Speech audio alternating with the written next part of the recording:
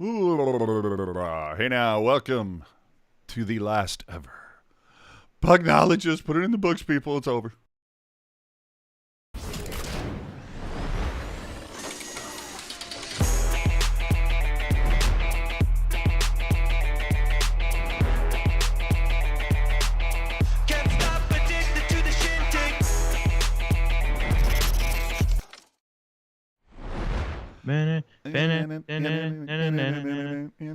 Dude, okay, better track, Red Hot or the Skype song? Man, I mean, dude, They're both earworms, right? Dude, that's like trying to ask him, that's like trying to have me pick between like pizza and like a good burger. Right? You just can't. And if you can, then you're lying.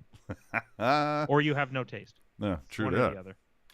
All right, welcome back to the last episode of the Pucknologists, your only completely live, unfiltered, unedited, uncensored, commercial-free Sharks podcast that wraps up your week and right now season in Sharks hockey, part of Teal Town, USA. Remember, if it's your first time checking out our cast, could be your last time checking out our cast, hit like and subscribe on the platform of your choice. Leave your takes in the comment section if you're not with us in the live chat. And remember, during every episode of the Pucknologist, including this one, we got so many prizes to give away. And wait till you see that wheel, Chief. Woo! But we're also on all the social media platforms. So, you know, Twitter, Instagram, Facebook, evidently TikTok as well. Thank you, Eric, because I don't have the patience to run that. Christopher Hogue, you know, your donations, your pledges, it's like a public radio station up in here, that drives us. So yeah, the super chat is awesome, but the Venmo is like super duper awesome. And so Christopher, thank you very much. So generous. It's awesome. All right, Chief, mercifully only 2 games this week, but what a 2 games they were. Woo! Poor Devin Cooley, am I right? Just for everybody, man. I mean, the fans, the goaltenders. Oh, it was so bad. Oh, Chris is in the house, in the chat. Shout out. Dude, thank you. Yeah, dude. And so, look, I'm not often the voice of reason. Okay. That being said, following the Seattle game where Cooley stopped 49-50, there were some, not many people, but there were some anointing him like the next one. You know, like people were going a little over the top after a singular start. And I'm just like, okay, pump the brakes. This is, you know, his like, what, 3rd start? And we're getting all sorts of like, woo. And I'm like, no, let's pump the brakes, dial it back. Let's hold on. Yeah. What's that line from Pulp Fiction? Like, let's not start sucking each other's cocks just yet. We need to see a little bit more. Well, I was thinking that really classic song by the Eagles, "Take It Easy." Yeah, a little bit. Great song. And well, dude, I would have been like, what's that ludicrous song? Get back, motherfucker! You don't know me like that. So Cooley gets pulled 2 straight games, and I'm like, see, now this is why I was cautious. But dude, 9-2 loss to Edmonton, and every fucking goal was even strength. I think that to some degree has to speak to how deadly the Oilers are. Like if they're ripping off 9 goals in a game, which obviously is not the most common occurrence, but nonetheless ripping off 9 goals in a game, none of them on the power play, as you pointed out. Like, I think that shows that yes, the Sharks are terrible, but it still shows what that Oilers team is capable of, does it not? Not only that, but dude, rewind the clock. Remember this Oilers team in October? They were fucking horrible. 31st in the league. Dude, got their coach fired. But speaking by the by, wouldn't mind him behind the bench of the Barracuda, just saying. Brings me some Woodcroft. Something to consider. Yeah. Ian saying, AJ, don't want to go down this road. You will be a know-it-all prick. No, that is inaccurate. I'm not a know-it-all. I'm just a prick. But, dude. And then, dude, when it was 9-2, I was like, how the fuck do you not get 10? Like, all the fans were clamoring for it. And, see, now here's the funny thing is that Jerk has access to these notes that I take throughout the week, and I do a little rundown. And usually, as goals are scored, I'll jot down a little note. Like, the first one, it's like, McDavid banks the puck off Vlasic's skate 53 seconds in. They hadn't even finished showing the lineups yet when that happened. 1-0. And then after that, it was like Henrique 2, Fogle 3, Holloway 4. It's just like, who gives a shit? Just put up the names, put up the number. Okay, Gushin, he got a soft backhander, nice. But no fucking way Skinner should have let that in. And I bet you, dude, that's going to be the goal that he's thinking about during playoffs. That's going to be the thing that keeps him locked in. He's like, how did I goal in? Well, and not only that, but specifically with Stuart Skinner, like he ended up putting together a decent season. Obviously, the record is nice. The save percentages could be better, but overall, he put together a very good season. But not that long ago that he was looking brutal, and the Oilers were talking about needing another goaltender, right? And so with that goal you're referencing put in by Gushkin, and we've talked about it before, kind of sort of really spoiling and riling people up before they go to the playoffs. I do wonder if, and maybe not, but I do wonder if that maybe got into his head a little bit, where maybe it's like, okay, shit, like I got to really tighten that up. And then maybe he does, but then it leads, to the detriment of something else. Mm-hmm. Dude, I mean, just 3 goals on 8 shots, and it was like, yep, that was all it would take. And dude, Hetty spent like half this broadcast complaining that the Sharks aren't communicating. Who cares at this point? But all that talk about Cooley, and I'm like, I remember Nolan Schaefer had a good start one time too. Like, everybody calm it down. But it was. I understand you want to try to look for positives. Well, let's finish. Let's try to finish the season. Okay, all right. Zetterlund got like what, 24? All right, there's your fucking positive. Let's go, dude. And so finally, it mercifully ends in Calgary, a 5-1 loss. And again, it was just. I put my little notes down, and it's like, all right, shitty defensive play from Addison and Zetz, and you get another guy getting his first NHL goal. Come to find out, the 127th time the Sharks have allowed somebody to score their first NHL goal, tying them in that category with the Washington Capitals. However, the Islanders are number 1 at 129, which I'm sure within 5 games in the next season, the Sharks will take the top spot. Pretty confident there. But, oh, my God. And, dude, I'm not going to lie. I was kind of rooting for Calgary to get the shootout by the guy that the Sharks, by all accounts, should have drafted. Or did I say shootout? I meant shutout. I feel like as much discussion has been had about Dustin Wolf and every time he plays against the Sharks, it doesn't appear as though he's ever had a good game against them. Well, I mean, this one was pretty solid. Yeah. This one, right? Well, this one, and the other thing, it's like, oh, congratulations, you beat a dead horse. Right. Like you can't get too crazy. But, hey, Granlund got 60 points. Considering, and how much did we talk about the way he started the season? Yeah, dude, he started like the Edmonton Oilers. Yeah, and the fact that he led the team in scoring, and I don't even think had his first goal until like around Thanksgiving. Like and we had discussions about it as like, are there going to be any pieces from the Erik Karlsson trade that we, in 6 months look at and say, man, I'm really glad we sniped that one. And we did. At least for this year. Next year is a different year. Well, let's see what we trade. Let's see Granlund start off like this, and let's see him carry that through the deadline, and then see what we get back, and then boom, Carlson again, the gift that keeps giving. Yeah, Me that's a like good point.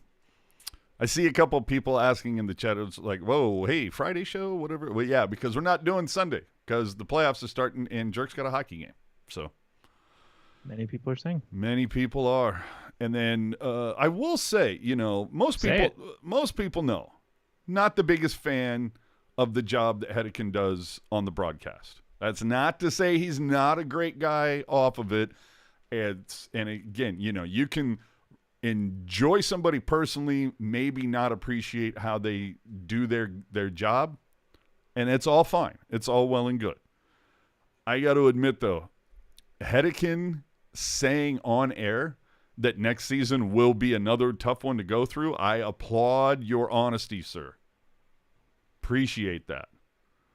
And it kind of feels like what you're always talking about, right? The acknowledgement of reality is finally like, it seems like we're finally on the road to that. Oh, dude, wait till we get to Heroes and Zeros. Let you know.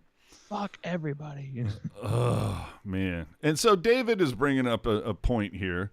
When will someone finally mention the number one problem with the Sharks, Greer? I cannot imagine anyone ruining a team so quickly. I got to push back on that. I don't know what you're talking about. Greer got rid of albatross contracts and did get some value back. I mean, you have to take the shit down to the studs in order to properly rebuild. I would take this over limping along and missing the playoffs for another 5 seasons because we held on to Hurdle and Meyer and tried to, go along to get along. Well, and that was going to be my next question, right? Is would you rather be terrible or would you rather be fake good? Mm-hmm. And terrible will get you better draft picks. And I would say for 2019, 2020, 2021, basically between the end of the Sharks playoff streak and Doug Wilson stepping down, in that window of time, the Sharks were fake good. Mm-hmm. And since Mike Greer's taken over, they've been bad. And I know that nobody wants to hear that. I don't want to hear it. I don't want the Sharks to be bad, but I would rather them be bad than fake good, because when you're fake good, nobody's satisfied. The other thing I think should be said is dude's only had the gig for 2 seasons. Yeah, it's hard to, come in. You look at all the contracts that Wilson handed out that completely handcuffed it. That's not Greer. Those contracts handcuffed anybody that comes in. So it would have handcuffed Doug Wilson had he stayed. Exactly. So David saying fake good gets butts in the seats and an entertaining product. Yeah, but would you rather have a Stanley Cup or would you rather have a smile on your face? Dude, I mean, you're preaching to the choir. Now, there's definitely value. There's value in butts in the seats. There's value in being entertaining. But if they're competitive here in 3 to 5 years, like when Smith and Musty and Eklund and hopefully Celebrini and Mukamadulin and all these pieces, they have to have a little time to marinate, a little time to gel, a little time to grow. 3 seasons from now, when they're playing an insanely entertaining brand of hockey, butts are going to be in those seats. And I will take that over watching an aging Couture, Vlasic, Hurdle on their last hurrah. Because that's the one thing that I think we can both agree on. Doug Wilson fell way too in love with someone who held on to them way too long. Well, and I think another example of that is, there's so many examples, right? But the one that comes to mind, especially because of how good they were this season. I mean, they won the President's Trophy. Think about the New York Rangers 4 years ago, 5 years ago, 6 years ago, right? Dude. They were fake good You know, they made the playoffs and they went on some deep runs, and then there were a couple of years where it was like, you know, ninth place finish, or maybe they make the first round and they get bounced, right? And The they finally 2017 Avalanche. right, and they very quickly, you know, but specifically the Rangers, they quickly had to say like, we're good, we're not good enough, and we need to reconstruct this team in a way to be good enough. And now they are. They've won the President's Trophy. Like, if the Sharks, and I hate to feel like I'm like trying to dunk on anybody, but like if the Sharks win the President's Trophy in 3 years, are we gonna care that Mike Grier traded away Tomas Hertl? I don't think so. No. And Timo, and Burns, and Carlson. And Erik Karlsson. Yeah. And I like Crafty's comment. He ripped out the Band-Aid off. Absolutely. Yeah. Dude, man, it felt like Doug Wilson was like, do y'all have any, like, Elmer's glue? We got to keep this bandage on. I was going to say, do you have more Band-Aids? Like, you know, would you, like, you know, would you rather, I don't know, would you rather go along with the plan or me convince you to go along with the plan? You know what I mean? Like, either one, we're going to end up in the same place. Like, absolutely. All right, so the one thing that I also wanted to note, with the season over for everybody, isn't it amazing how many teams have the best fans in the league according to their social admin? Oh yeah, well yeah, because everybody has the best, which I guess it depends on how you look at it, right? Because I think there are certain things that certain fan bases are the best at. But yeah, everybody's a cheerleader, which is fine. Like that's the way it should be, you know. But I think there needs to be like a nonpartisan account that just praises and dumps on every NHL team, but have it be like official. You know what I mean? Like if they could have like the sin like if the NHL part of their social media network of family accounts and all this kind of stuff, that came out weird, but wouldn't it be great if there was like an NHL sponsored account that was just like for all the cynics? Can I run that? You know, where it's like where like, you know, you think about it like Sharks lost 10 in a row at Lamau and then just send a tweet. You know what I mean? I mean, the Sharks got outscored 14-3. I mean, good luck finding the positive from that, because this team is just so bereft of defense. It's borderline criminal. So that's where I think I'd like to see Grier start. But the positive is that it's over. Yeah, I mean, and so I know the guys talked about this a little bit last night. What was any favorite moments from the season? I mean, there's a couple obvious ones. Yeah, dude. I mean, Eklund's hat trick. Like me and 50,000 of my best friends were there at the game in the arena. Sure. No, I think the Eklund hat trick, obviously, that's recency bias, but like Eklund getting the hat trick, and you know the straw hat comes out of the stands and he puts it on, and you know Devin Cooley getting the win and his family is super excited for him. Like that whole day was just really awesome, and kind of like one of the very few moments this season where it's like you're just like left happy, like man, like we can still have something to be excited about and have something to maybe look forward to, right?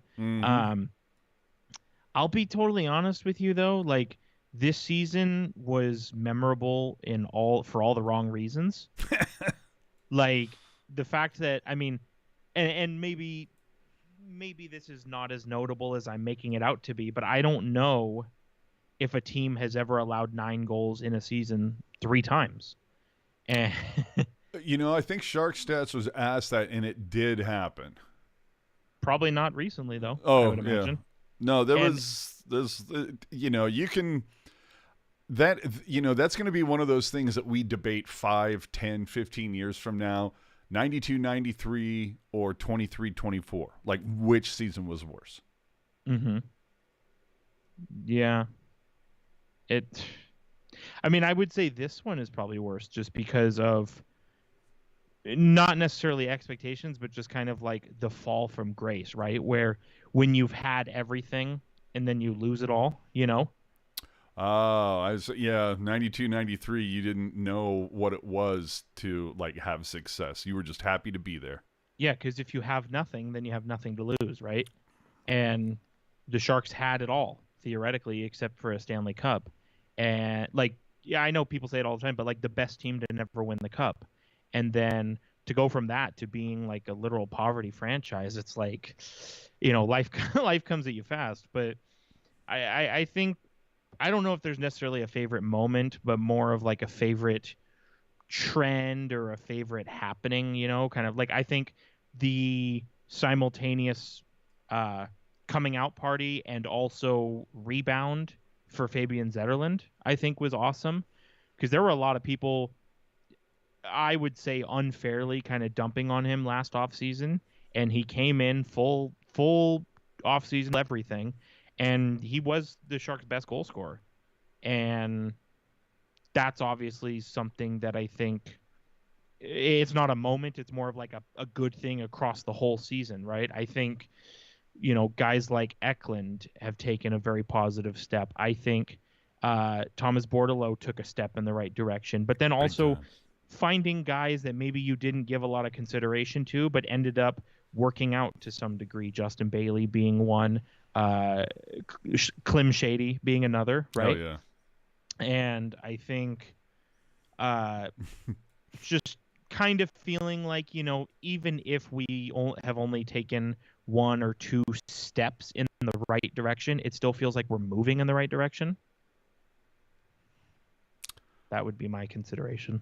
I mean, Bozo kind of took mine, and, you know, somewhat obvious, but the Detroit game back on December 7th, where they came back from an 0-4 deficit, and I'll have to tell you, that day stands out for a couple of reasons. You know, when that was happening, you know, I just happened to be in the ICU, and my phone was, you know, blowing up with the score notifications, and I'm going, what the fuck is going on? So that was a definite standout. In just that, if you think about it, like that whole time in early December, like for a half a second there, the Sharks were in danger of ruining the tank. Like, what are you guys doing? And then they got back into their rhythm of losing, but doing it in a somewhat entertaining fashion. We were like, okay, now we're good. Yeah. You know, there was a Corona start on, I want to say that was the Ottawa game on March 9th. Thought that was solid. Cooley, that game, 49-50, despite getting yanked in the following two starts, that was a hell of a performance to see. Yeah. And it's the first time ever that they've won in Seattle. So, you know, there were a few, you know, they're few and far between, but they were there, those moments. And was there a worst one for you, or you're just like, yeah, this is I mean, dude, the back-to-back coughing up 10 goals is kind of like the red thumb. That was mine. Yeah. Like we've talked about it, especially these last 2 years, of like how the Sharks have been historically bad and yet keep finding more ways to convince us and show us that we haven't seen it all just yet. Well, like, dude, I mean, they started off 0-11-1. Then at one point they then they lose like 12 straight, and then almost lost 10 straight again. So, I mean, and even then to end the season, they won what, 4 of 25 or something to end the season. I don't know that it was that many. Well, they beat the Kraken, they beat the Blues, they beat the Senators, and the Blues again. Oh, that's right. Yeah. And yeah, they've won. Dude, they won 5 games coming out of the All-Star break, and for reference, that's 5 wins and let's see, 8, 9. 10. It's like 2 months ago. Oh. Let me see here. 25, 27, 28, 29, 30. Dude, 5 of their last 31 they won. Yeah. No, that's like that's a kick to the boys. Well, and I can remember some Sharks teams where it was the opposite, where they like lost 5 of their last 31. Oh, I've been there. I will say though, maybe again, like a lot of bad moments, like you said, like you mentioned the 10 goals, right? And I remember thinking like, okay, they lose. I don't even I blocked it out. Lose 10-1 to Vancouver, and it's like, this is rock bottom. And then Pittsburgh 2 comes days in, later. like, fuck. What might be both the favorite and least favorite moment of the season is Couture playing 6 games and then gone. Where It's really unfortunate to see how quickly the wheels can fall off, right? yeah, so it's like favorite in that it was great to see him return, but the worst to see him have to leave again. It's just, are you kidding? But I think Remenda was asked, or somebody was asked, like, do the Sharks still finish in the basement with Couture on this team? And I'm going, yeah. Yeah. I'm not thinking that he's single-handedly the savior. No, there's a different guy who does that, right? Hell yeah. David saying, you will convince me Greer is the future when he makes a trade equivalent to getting Thornton for Sturm, Primo, and Stewart. Getting first-round picks for established, productive players is not a recipe for success. I mean, again, first off, I mean, hold on. First off, I mean, we're talking completely different eras of hockey, number one. And again, it's the Sharks now, to be fair, if memory serves, the Sharks were at the end of November they were circling the drain on a 10-game skid going into Dallas, and they had to pull out all the stops. It's like, let's give Greer a little bit of rope, just because the Sharks then and the Sharks now, very, very different trajectories. Well, not only that, but different timelines. Getting first-round picks for established, productive players. Meyer, Carlson, Hurdle. Mm-hmm. That's 3 more than they otherwise would have had. Yeah. And if you want to, and technically 4 if you want to be nitpicky, because the prospect that the Sharks got from Vegas was a first-round pick a year ago. Yes, sir. And so Douglas in the chat has their best part, which nice to say. So maybe we just move forward. But sweeping the Blues, I'm going to say no, just because if the Blues sweep the Sharks, they would have had the opportunity to knock Vegas out of the playoffs, and I would have liked to have seen that more. Not going to lie. Oh boy. So now that the season is done, let's move on to some ROI here, and like who you're going to keep, who you're going to let go of. We're obviously going to start with the forward group. I mean, ROI and ROI and grades. Granlund, $5 million, dude. I mean, he was a cap dump from Pittsburgh. Yeah, and I'm going to say ROI exceeded return on investment. Yeah, what's our grading scale here? Are we doing letters? Are we doing like a thumbs up, thumbs down? Like, how are we doing this? Well, I mean, just like, we know what the cash situation is. We know what they're making. We know what their points were. Like, what were you expecting? Did they exceed expectations? I mean, if you want to do letters, we can do letters. For me, that's an A. Yeah, I mean, I would definitely say exceed expectations, just because I think you and I were both kind of in the same. Well, I think you and I were in the same boat where it was like, he can rebound, but will he? Right? Yeah, cautiously optimistic. And I would say, like, as somebody who was confident that he would rebound, he exceeded my expectations this year. Oh, bar none. And again, going back to what you said earlier, took him a little while to get his rhythm, but once he got it, it was just like, holy crap, Mr. Reliable. Yeah, he was the team MVP by a mile. Oh, the mile was huge. So, and again, this could be even better if he continues this trajectory.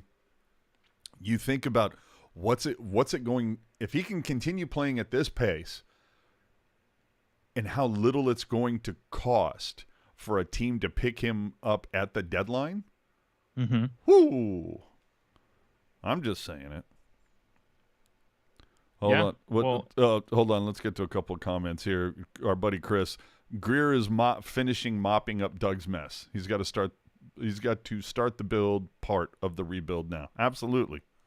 Well, it's just like, Mike Greer's been tasked with baking a cake, and he's only just gotten home from the grocery store. Mm-hmm. Trey asking, which would you want more, kicking Vegas out or our number one draft pick? It's a tough call. It's tough. Hey, you want to? So you're talking about Granlund. You know what I think is an interesting consideration as well. Say it. So obviously, there's been a lot of rhetoric of, oh, the Sharks don't have any retained salary slots next year, and wham. Like, yeah, we all understand that, but it is a bummer. But here's the thing: Mikael Granlund at $5 million. That's in today's NHL. That's very affordable. Well, and how much is the cap going up next season? $4 million. So like almost what he makes. Right. Just and saying. It's so not only that, but teams have started to feel more comfortable swinging big moves, and so even the Vegas Golden Knights, ladies and gentlemen. Right, and so even if there is some trepidation about that contract, like we've seen LTIR used as an option, we've seen a money launderer as an option. You know what I mean? So Granlund, just contract alone, he will be an attractive asset. I expect him to have another good year next year, to your point. So there's something to track here, and there's something to look forward to going into 12 months from now. Yeah. Hold on. I want this to be the kind of like a final thing, because I get what David. I understand you're a pit bull with a chew toy. You don't want to let it go. I understand. You're saying Doug's mess was just the Stanley Cup Finals and going to the playoffs every year.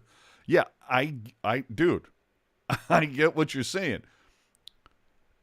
Conversely, go and look at the drafts from basically all of the teens, or just 11 through 19. Those drafts were horrible, and those were all under Doug Wilson's eye.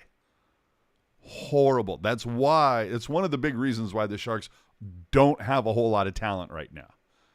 It's also one of the reasons why this team is not doing well.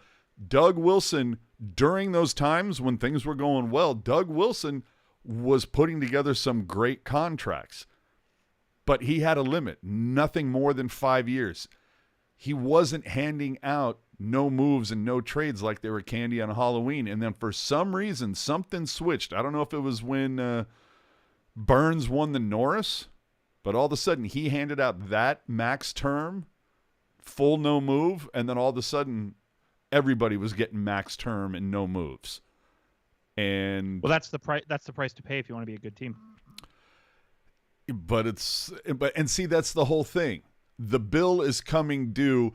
Let me put it this way. It's like if I go into a really nice steakhouse, I order all the food and I have everything, and like I get up and I just leave the check and I just walk out the door and the next fool can pay for it. That's right. It's look, Doug Wilson had a great stretch. I think even Doug Wilson will tell you his ending, his coup de grace, not great. Right. But like, to use your analogy, right? Say you go to the steakhouse and it's like, you know what? I want the $100 ribeye. And then you get your bill and it's $100 and you're like, what? Like you wanted the $100 ribeye. You got to be prepared to pay $100. Yeah. Oh, dude, absolutely. Okay, I'll let Chris and Ian deal with it. We got to move on. I mean, fucking Kevin LeBanc, dude.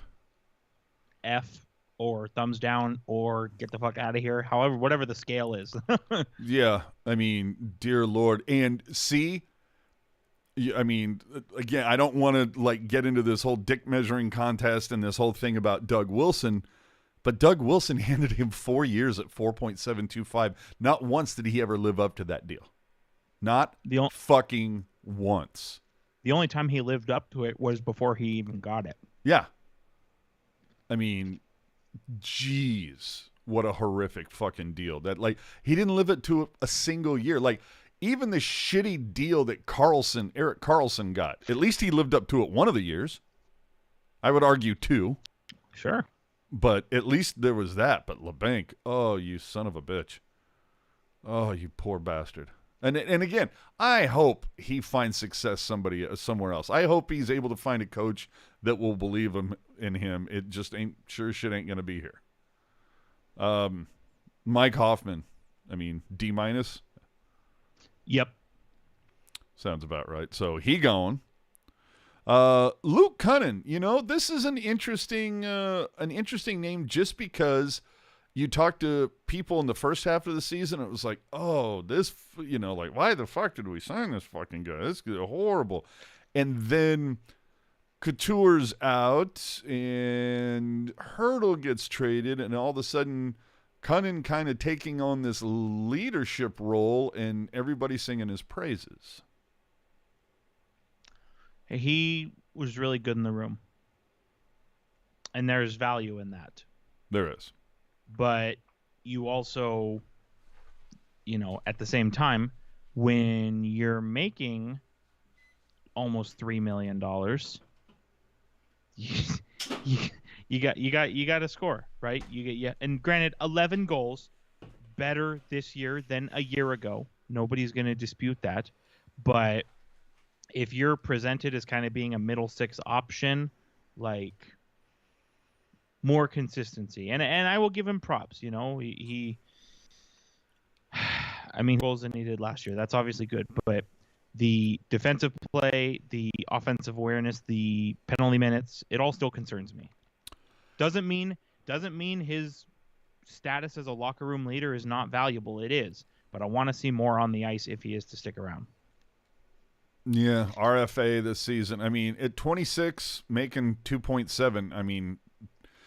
Again, good in the room, maybe deployed too high, and maybe that's something that's addressed in the offseason. You see Greer maybe sign a couple, top six guys, and maybe Cunnin is deployed correctly where he should be instead of being, Mario Ferraro'd up in here.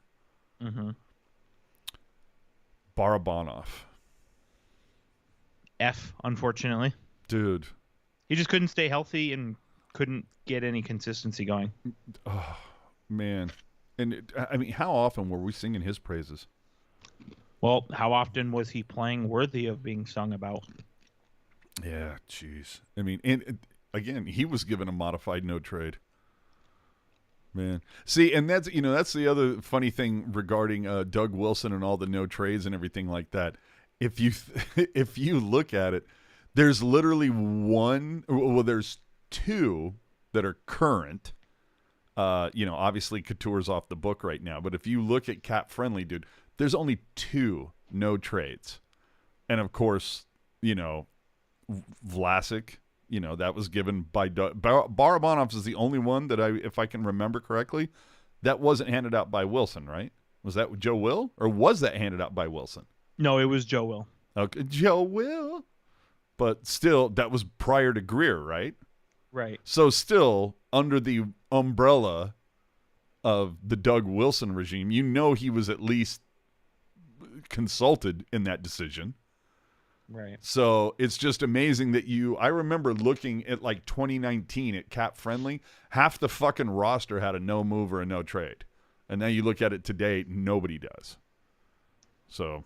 And now, to make that point, what is different between the team in 2019 and the team now? The team in 2019 was good. Exactly. Talented. Nico Sturm. I'm going to say, for his up on him as I was last season, he kind of regressed this season. I'm not going to lie. He's signed for one more year, but it's only $2 million.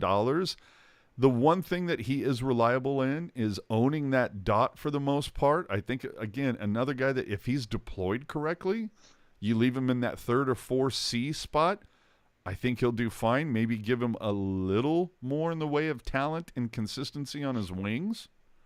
All that, and if he can stay healthy. Yeah. So he's so that being said, I'm going to say a solid C. I would say C-. Yeah.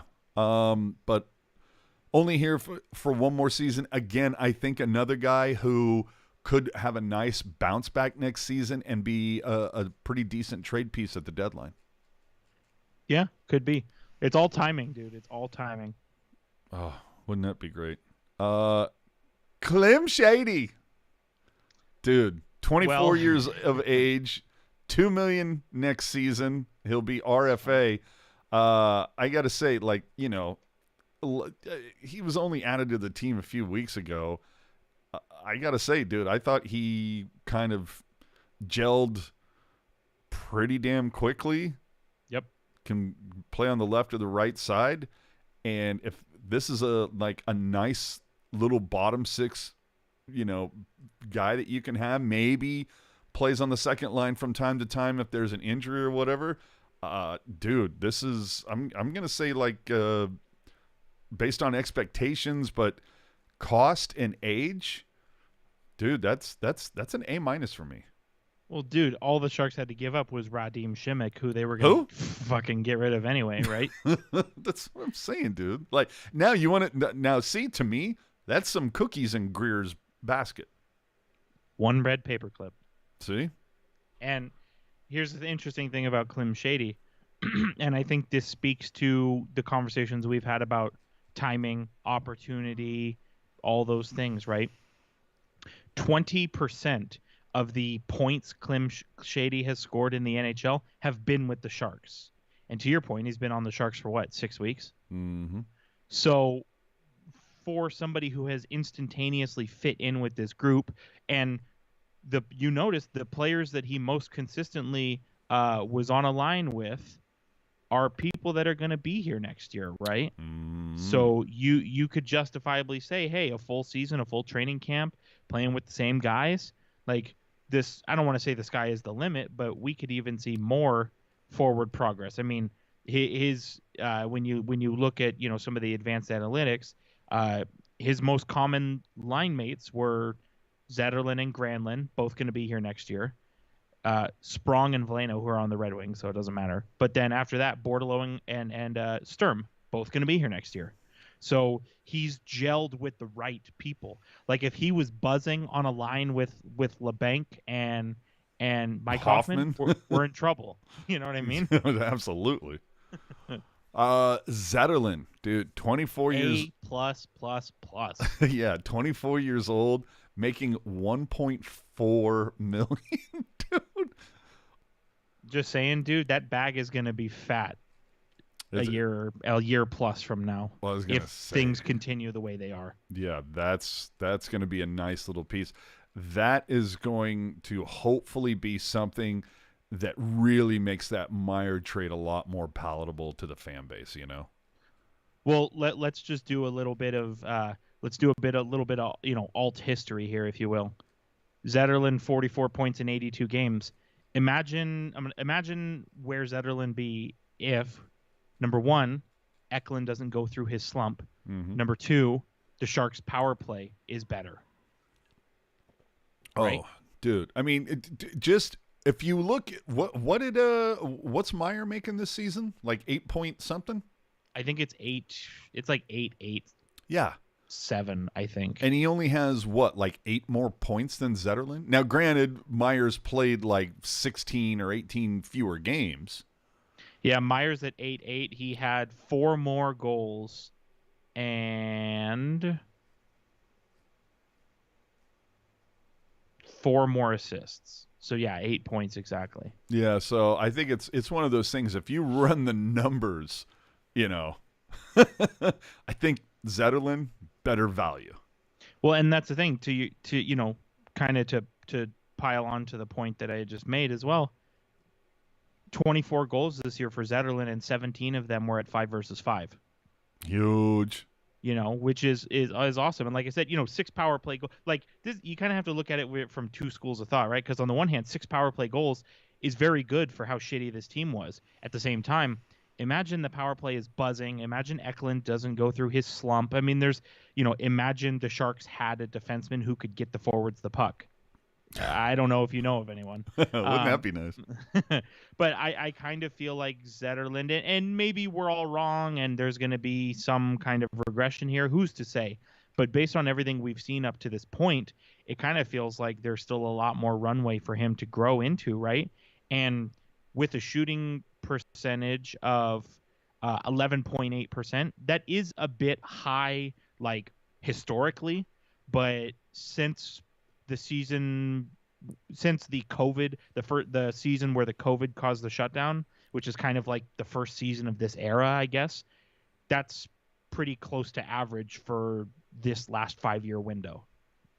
So it's not as if Zetterlund overachieved. Like, he kind of did, given the situation, kind of did exactly what he was supposed to. Yeah, I mean, talk about making the best of a bad situation.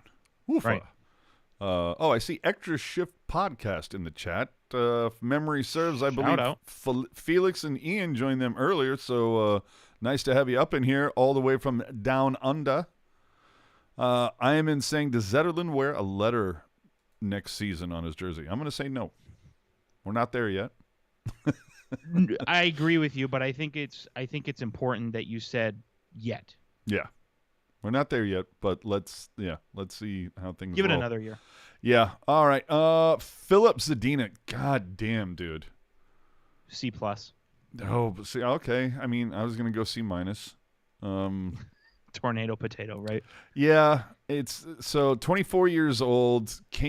Coughed up some cash in Detroit to get a new start. Only making 1.1 is gonna RFA. I think we've said this before. Like, I'll give him one more year, and then I'm very much kind of like, this is going to be a prove it thing.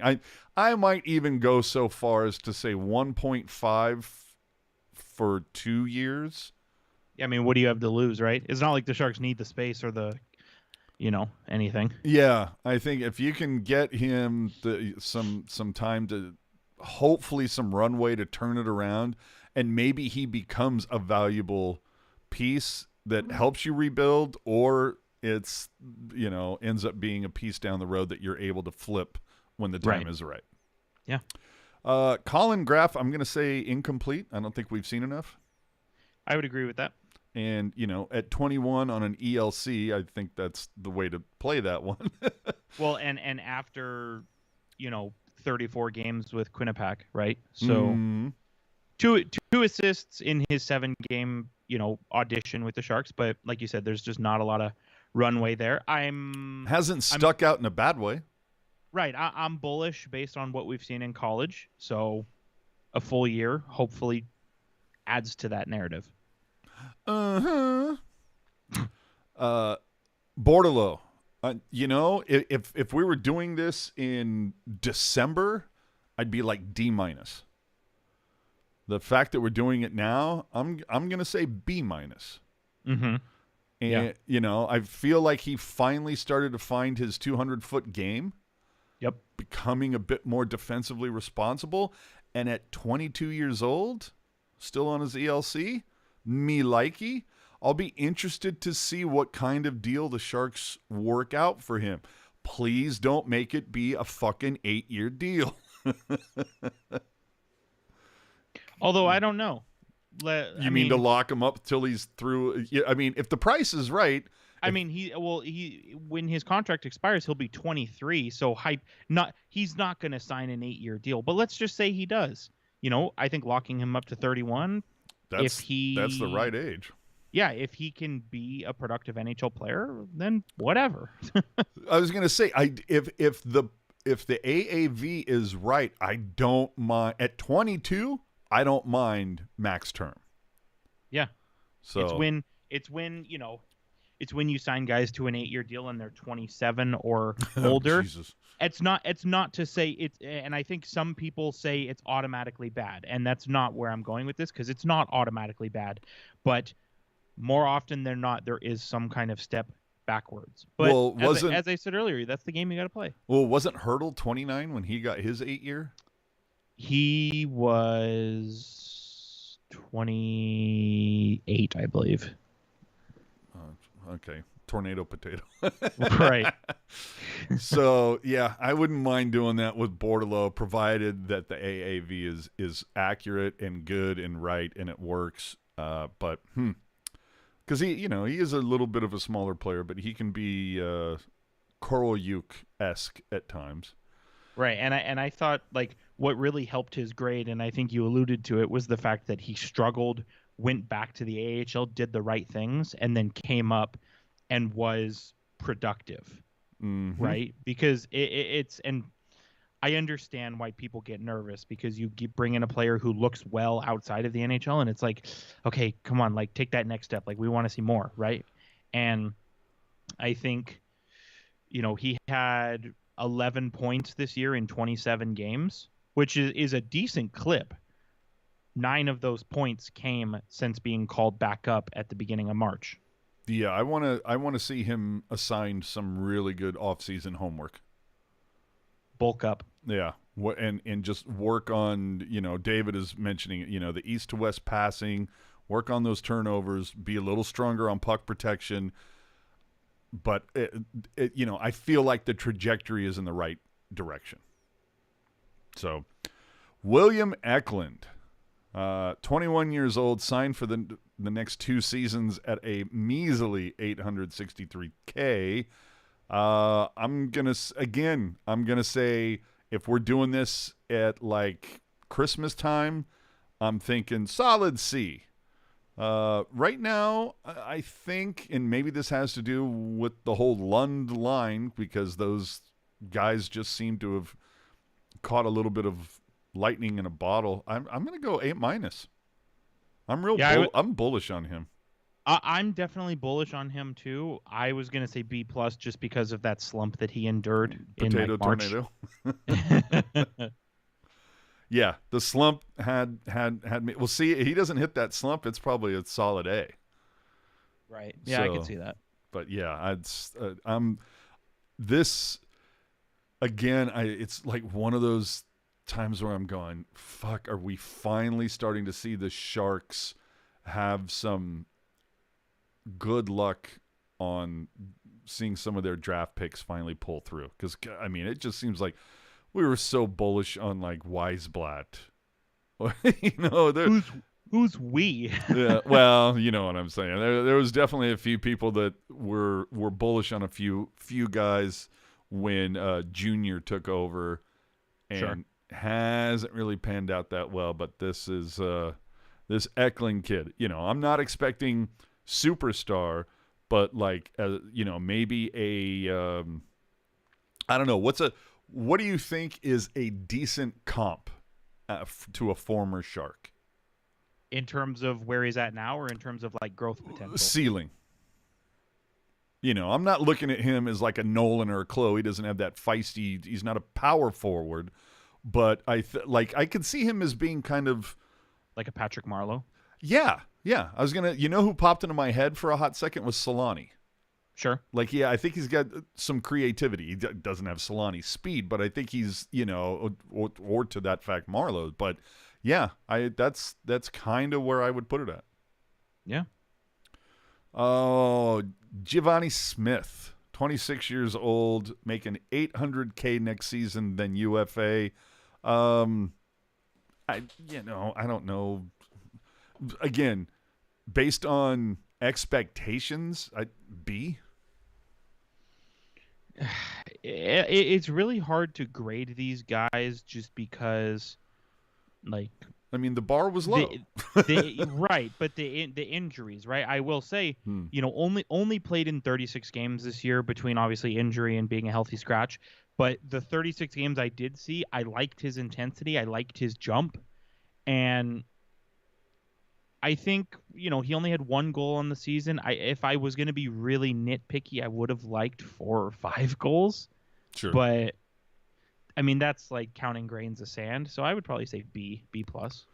But at the end, as the deadline approaches next season, you're not crying if the Sharks are able to flip him for like a 5th. No. Yeah, you're like, no big loss. All right. Justin Bailey. 28, goes UFA this season, only making, league minimum. Again, I think this is another one that if you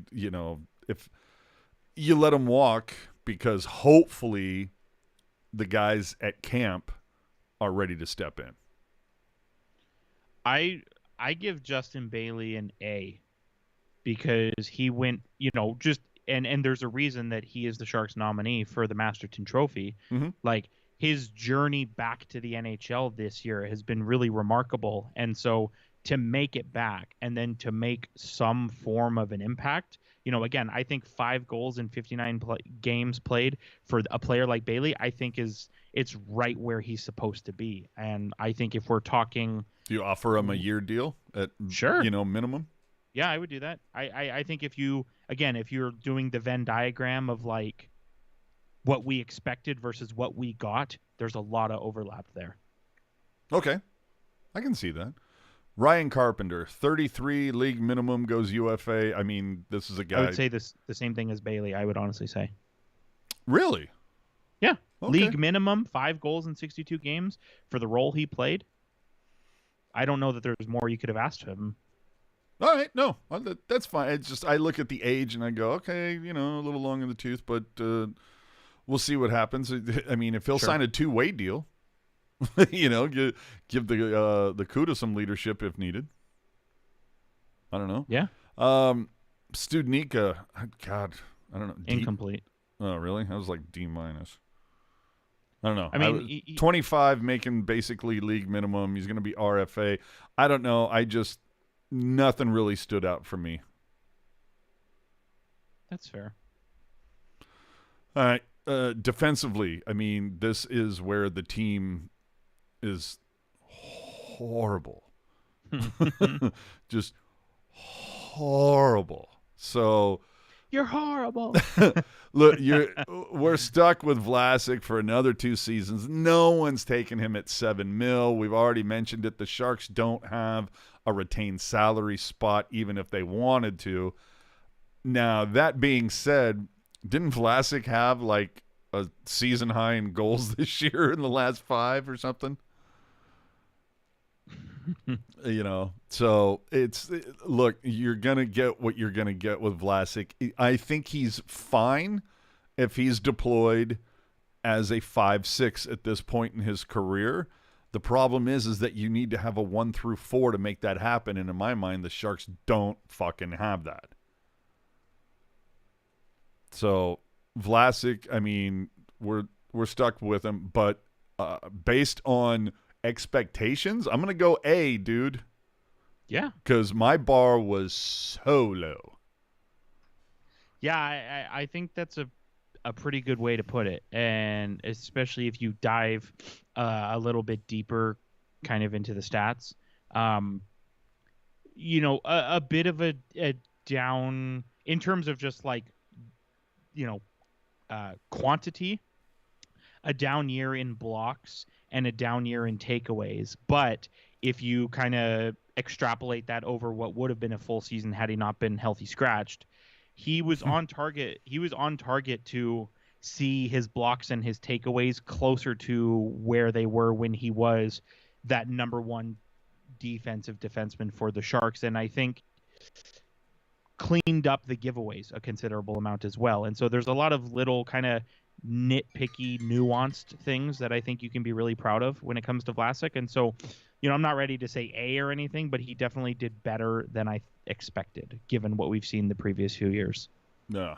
Ferraro, 25, signed for 2 more. Signed for 2 more seasons at 3.2. I'm going to say C. I'm going to say that charitably. And a lot of that reason is because I think he is being deployed higher than he should be, which is a massive indicator of the lack of defensive talent on this team now that Burns and Carlson and everybody else isn't here anymore. That's where I'm at. I mean, the guy can block shots like a motherfucker, but I still think that he is being given too much time on ice simply because there just aren't a lot of better options, which is very telling. So I don't disagree with your analysis. That said, I do think even if he is playing too high in the lineup, I still think he should be better than what we've seen this year. And so that's why I can't give him a C. Okay. What are you giving him? A D-. Shit. Okay. Jan Ruta, 33 years old, signed for 1 more year at 2.7. Again, this is about return on investment for Ruta. For all that, I'm going to say a solid B, maybe B+.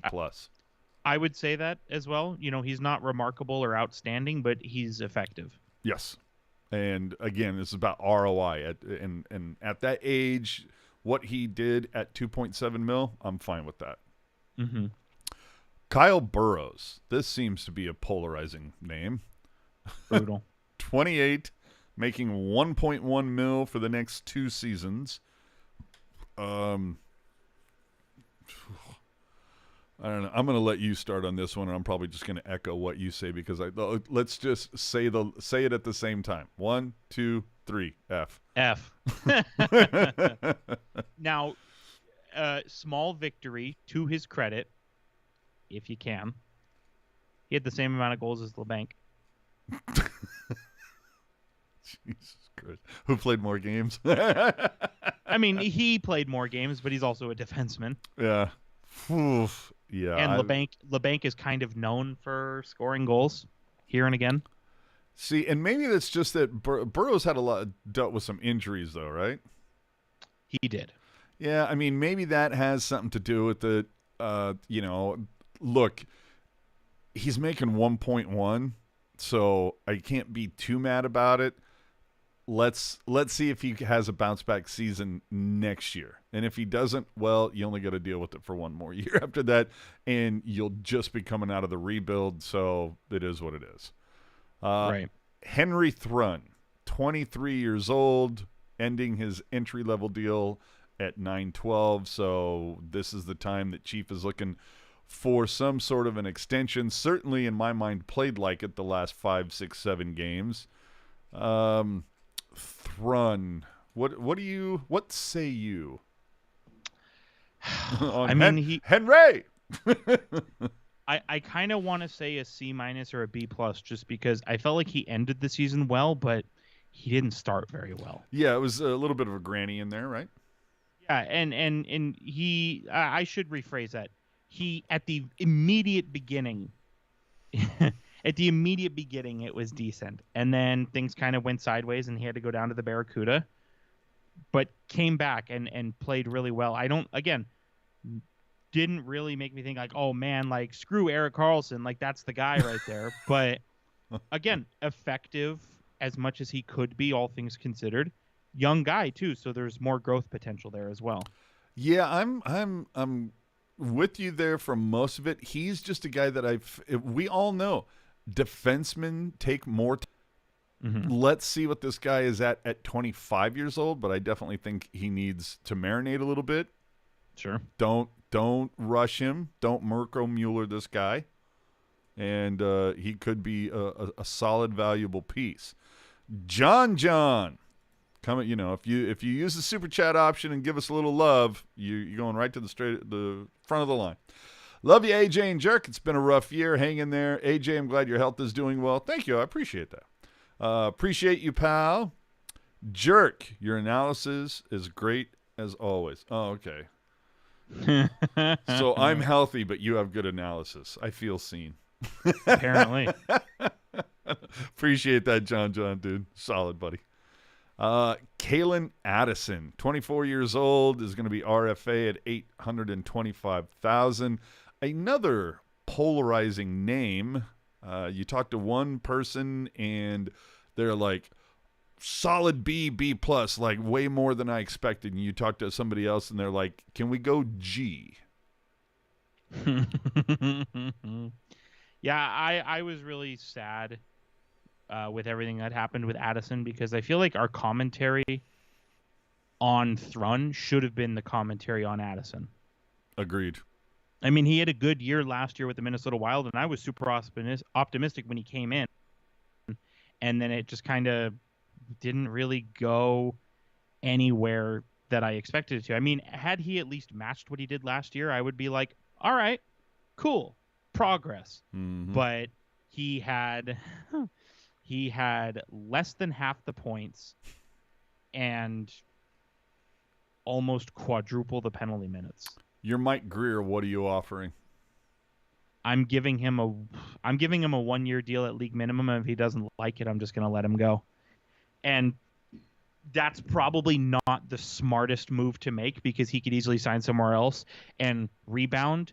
But at the same time, he's 24 years old, and you don't really want to waste your time with assets that are least likely to pan out when you are bringing in assets that are more likely to pan out. All right. Finally, we go to Jacob McDonald, 31 years old, basically getting the league minimum, is going to be UFA here in a month or so. I mean, as a defenseman, I'm going to say C. As a offensive player, A+. Yeah, I'm inclined to give him an A only because last extremely bearish on him as a player. I believe I said something to the effect of, why did you bring this warm body in? Mm-hmm. And he played better than I gave him credit for. If I'm Greer, I extend him the same deal, like 1 year league minimum. I'd even consider going up to $1 million just because he was able to come in and play offense in certain situations, and it worked. Yeah, he definitely gets a bump in his grade for being kind of a flexible guy. Hell yeah. No, I loves me a Swiss Army knife kind of a player. What is this? Brightcar75 with the super chat. Thank you so much. Oops, I hit the wrong button. My bad. My blunder. Because this show is awesome and EK65 sucks.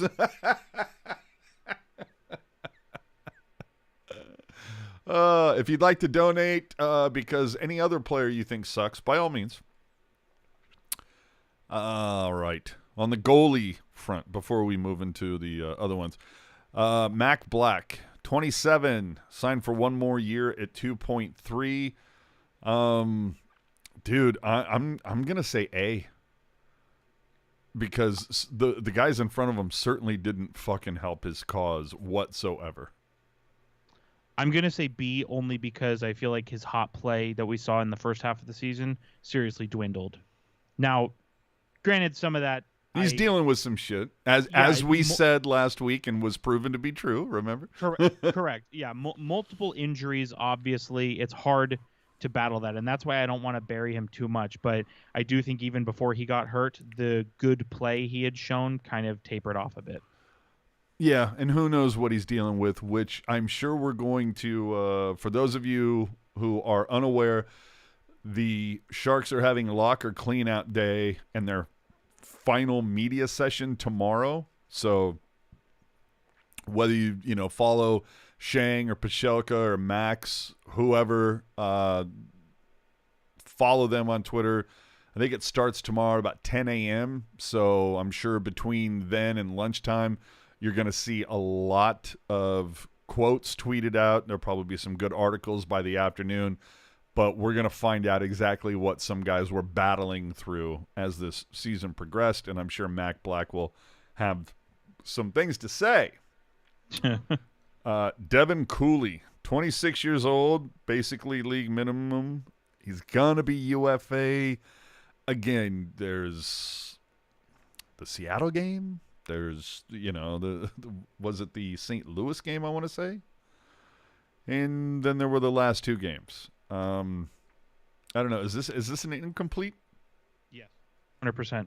Although he does get an honorable mention for, as I alluded to earlier, just his first win on the hat day, just the whole vibe and excitement around the whole thing. That was really cool. Sticking with it, because his first 2 starts looked like victories, and then the Sharks pissed it away. So to finally get that win, I give him props for providing us with a happy moment. Those 2 Chicago starts. Oiks. But if you're going to lose to teams, those are the ones to lose to. Very true. Yeah, and I can say for a fact I was there that hat game because I made money. All right. Couture played 6 games. Obviously, incomplete. Yeah, obviously an incomplete, but we are looking at a 36 almost year old Couture with 3 years left at $8 million. I feel like that's another one that we're going to have to, the Sharks are probably going to have to ride out. Now, that being said, we've mentioned it the last couple of casts, he may go LTIR, and that R stands for retired. We're not going to know. Yeah, for him, it's very much wait for it to play out. Yeah. Vanacek, Again, that's another. He didn't even play. Yeah, it's like he never played, but the deal is 28, gonna make 3.4 next year. Gonna have to battle with Blackwood. I mean, let's be honest, dude. Your guys in Ian, if you're still here with us, do me a favor, chime in. Your starters with the CUDA next year are Corona and Cooley, right? Yeah, probably some them or maybe Romanov is in the mix as Yeah. well. Some combination of the three, I would imagine. Okay, because from what I understand, McAnamy's gone. Yeah, he's was supposed to be an RFA, but he didn't even play enough games, so he's actually going to become a Group 6 UFA just because he hasn't played enough games. There you go. So, and Ian saying Krona and Romanov. So there you go. And Cooley, we'll see if he ends up in that mix. Because look, it's it's going to be Vanacek and Blackwood next season. They're both signed only through next season. Vanacek, let's be honest, reclamation project. Let's see what happens. But they're both less within a year of each other in age. So that is going to be the interesting. Again, I look at this rebuild and I'm going, yep, like we're just limping along, looking for that guy. Matthew Benning, IR, 29 years old, making 1.2 over the next 2 seasons. Forgot he was on this team. Yeah, I was going to say, you know what? I liked what I saw from him for the most part. It was the injuries that got him. I'm surprised you remember what you saw. It was so long ago. Like, I thought the same thing. Like, this I'd season say is drawn on... B- for me. I'm going to say incomplete, partially because I don't remember anything notable he did, and also the fact that he only played 14 games, and kind of very low. To take us backwards a little bit, like when we were talking about Kalen Addison, like this season has dragged on so long. I forgot that we acquired Addison this year. Oh, dude, this You know what I mean? podcast has dragged on so long. What's it been? 7 years? So what do you give Benny? Incomplete. All right. Finally, Ty Emberson, 23, basically league minimum. I don't know. Another what seems to be a polarizing figure. There's talked to one group of people and they're like, "Oh, you at least give him one more year to like see if he can figure out," and then everybody else is giving him the AOL goodbye. See, I would say a C plus only because he didn't play a lot of games, but what I saw, it was not the worst defense I've ever seen. And no, that was Addison. Right, and there's something there with Emberson that can be molded, I think. What it can be molded into, I can't say right now, but I do think there is something there. So if you're Greer, you're giving him league minimum? I mean, it doesn't have to be necessarily league minimum, but like anything under $1 million, I'm not even going to think twice about. Cool. One buried penalty. Oscar Lindblom, 1.3. Goodbye. I think, was I not like real upfront, real early about that guy? Like he was my new Bodker. Well, and you even said like, I think towards the end of last year, you even said like he had a bad year, but like I think you and I agreed like let's see what he can do next year. And he played all of one game before he was sent to the Barracuda. It was so bad. And I feel bad because I'm sure he's a hell of a guy, but if you can't make this team, right? John, back on the super chat wagon, dude. So appreciate it. AJ, I love your analysis, especially your wit. Oh, thank you. Glad to call you a pal. Most importantly, I'm so glad you're healthy. Me too. Pucknologists make all these past 4 years worth turning into. Thank you. See, why can't we have more kindness in the world like that? That's what all I'm saying. Dude, Nikolai Knyzhov. Incomplete. Well, so like just never given an opportunity. And again, I go back to the whole thing of on this team, you can get an opportunity on this team. Right. Is he signed for one more year? He's got next year under contract, and then he's a UFA. You make the most of it, pal. I mean, is he like our new Balsers? You know, That's a pretty apt comparison, I think. right? Just like the guy that we're fucking rooting so hard for. It's just. So with this offseason, I mentioned it earlier. You build from the net out. The defense. I mean, the Sharks were. I don't know. I feel like 2 weeks away from setting the NHL record in negative goal differential. It's a staggering lack of defense. Who for you would be a top target on the defensive side as a UFA target that you're like, oh, come on, Money Mike, pull the fucking trigger? I mean, is there anybody that stands out for you? I mean, I think we had kind of talked about it last week, but more so for the story and for the veteran presence. I mean, my mind immediately goes to Alec Martinez.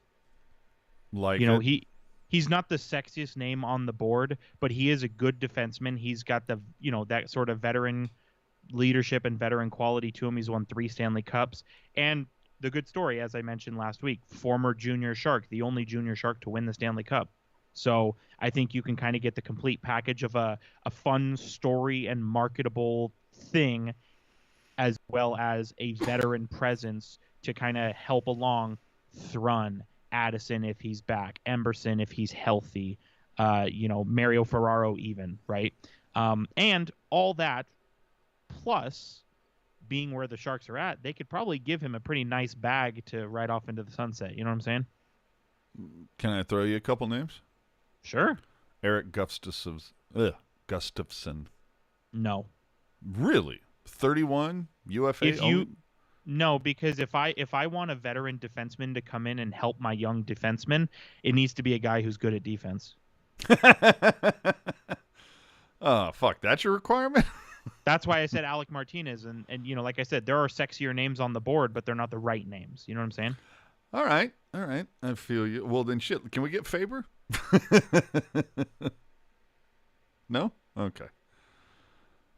All right. So who is a guy that you're just kind of like, all right.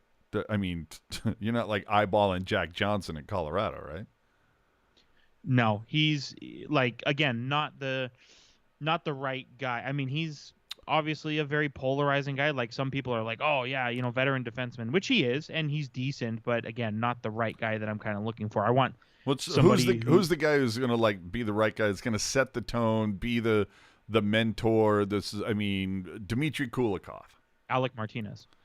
You're stuck on that one. Yep. Okay. I mean, I don't hate it. It's just, like saying, if you can't do that one, maybe there's another one. But all right. Oh, man.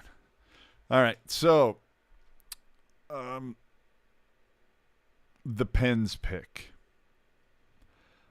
I'm going to be a little upset with the Wild next season. I'm not going to root for them because of what they failed to do, which was beat Seattle to just make that pick one little spot higher. So the Pens fell out of the playoffs. They finished 19th, giving the Sharks the 14th overall pick, perhaps. Depending on how the balls drop. From what I understand, tell me if I'm wrong. The picks can go 14, 15, or 16, and that pick goes to the Sharks. But from what I've been told, pick can move up. They could jump as high as 4th or 5th, and they could decide to keep the pick or give, and give San Jose their 2025 first. Right. So is that information accurate? Yeah, so they tweaked the draft rules a few years ago where like you can only move up to number 1 if you're within that top 10 or top 11, I believe. And so if you're a non-playoff team that wins the lottery, then there's like a cap to which you can move up. It's like 10 spots, right? Correct. Yeah, 10 spots if you're outside of the top 10. So they could theoretically move as high as 4 or 5. Correct. Okay. Oh, man, I can't wait to see. But again, you got to think about what can happen and what is likely to happen. Yep. Well, and it should be noted, they could theoretically move to 10th, right? Or is that not it's either like one huge move or like nothing? Yeah, so it would be, and this is, well, now that everything is locked in, actually, there is no speculation. So, yeah, it would be, let's see, right now, if there's no lottery, 7, 8, 9, 10, 11, 12, 13. Yeah, if there's no lottery right now, they're 14th. So, yeah, I believe the most they can move, like I said, it would be to either 4 or maybe 5. There's no like partial degree they can move up. Gotcha. Unless they could also move down. It could also be like, say Detroit wins the lottery, right? Say St. Louis wins the lottery. They would move up their 10 spots, and it would bump Pittsburgh down a spot. Gotcha. So it's going to be 4th or 5th, or it's going to be 14, 15, or 16. So look, if they move to 4th or 5th, there's no way in hell they're fucking giving that up. So either way, the good news is it appears the Sharks are going to have 2 picks in the top half of the first round. Please use those wisely, and please get the number 1 overall. Finally, please do it. Let me give you some quick numbers, only because I've been holding on to these for so long and we haven't talked about them forever. Sure. How many empty netters do you think the Sharks scored this season? Well, seeing as how the net is only empty when you're winning, and the Sharks have won 19 games this season, I'm going to go with 4. It's actually 9. Shut up. Are you serious? Shit you not, dude. How many empty netters have they given up this season? So again, because the net is usually empty when you're winning, and the fact that the Sharks have lost 63 games this season, I'm going to say that they gave up 51 empty netters. Good God, only 18. Really? Yes. I was expecting them to just get pummeled. No. But just the fact that they gave up, it was a 2-1 deal. Sure. Now, here's the other one that'll bake your noodle. The Sharks, what I didn't look up. What was the final deficit goal differential? What are we talking? Like 320 or something? They were minus 150, which was bullshit. Oh no, you're right. No, I'm talking about total. I'm sorry. Oh, goals allowed. Total goals allowed. 331, which is the most goals allowed in the league. Of course, yeah. And their goal differential worst in the league. And so, in addition to allowing the most goals, they scored the second most, or second least. I'm sorry. All right, let me. So, percentage. How many of those 331 goals allowed? How many of those goals were scored in the first or last 3 minutes of a period? What's the percentage? Do you want the answer, or do you have the answer and you're testing me? The second. Okay, so percentage of their 331 goals that were in the first or last couple minutes of a period. 3 minutes, yes. I'm going to say, of the 331, I would say 75%.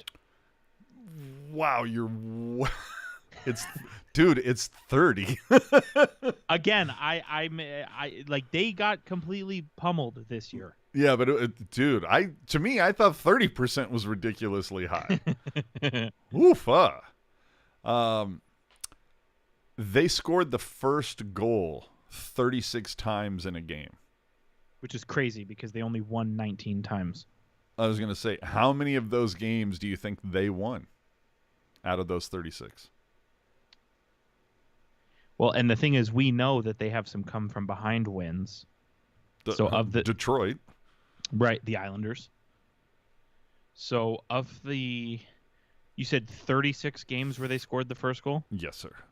I would say that they won 6 of them. 17. Clearly, I'm not giving them enough credit. Yeah. No. But here's the one here. So I didn't get this week in because I didn't care. Sure.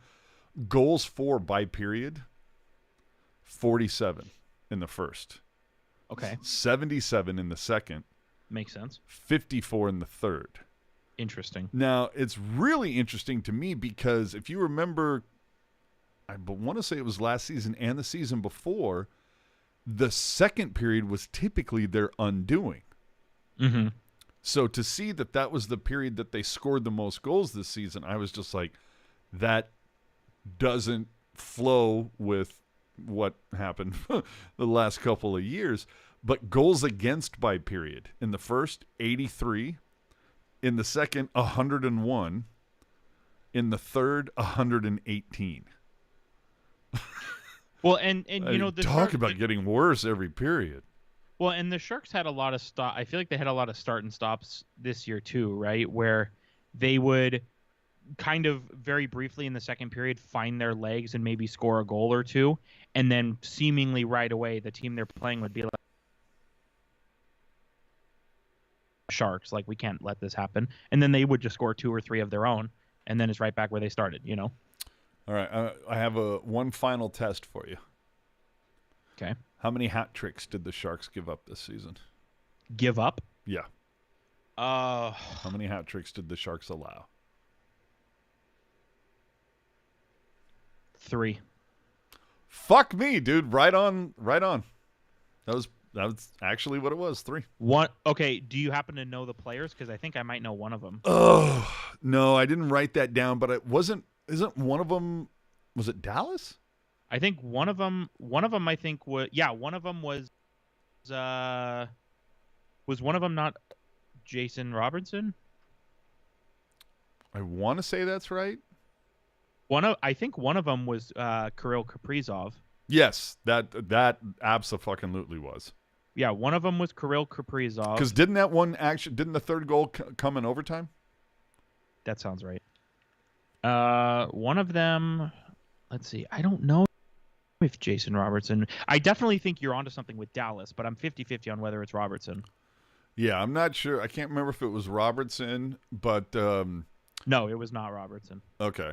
But there was, and then what's funny though is that the third guy who got the hat trick is literally like really? Who?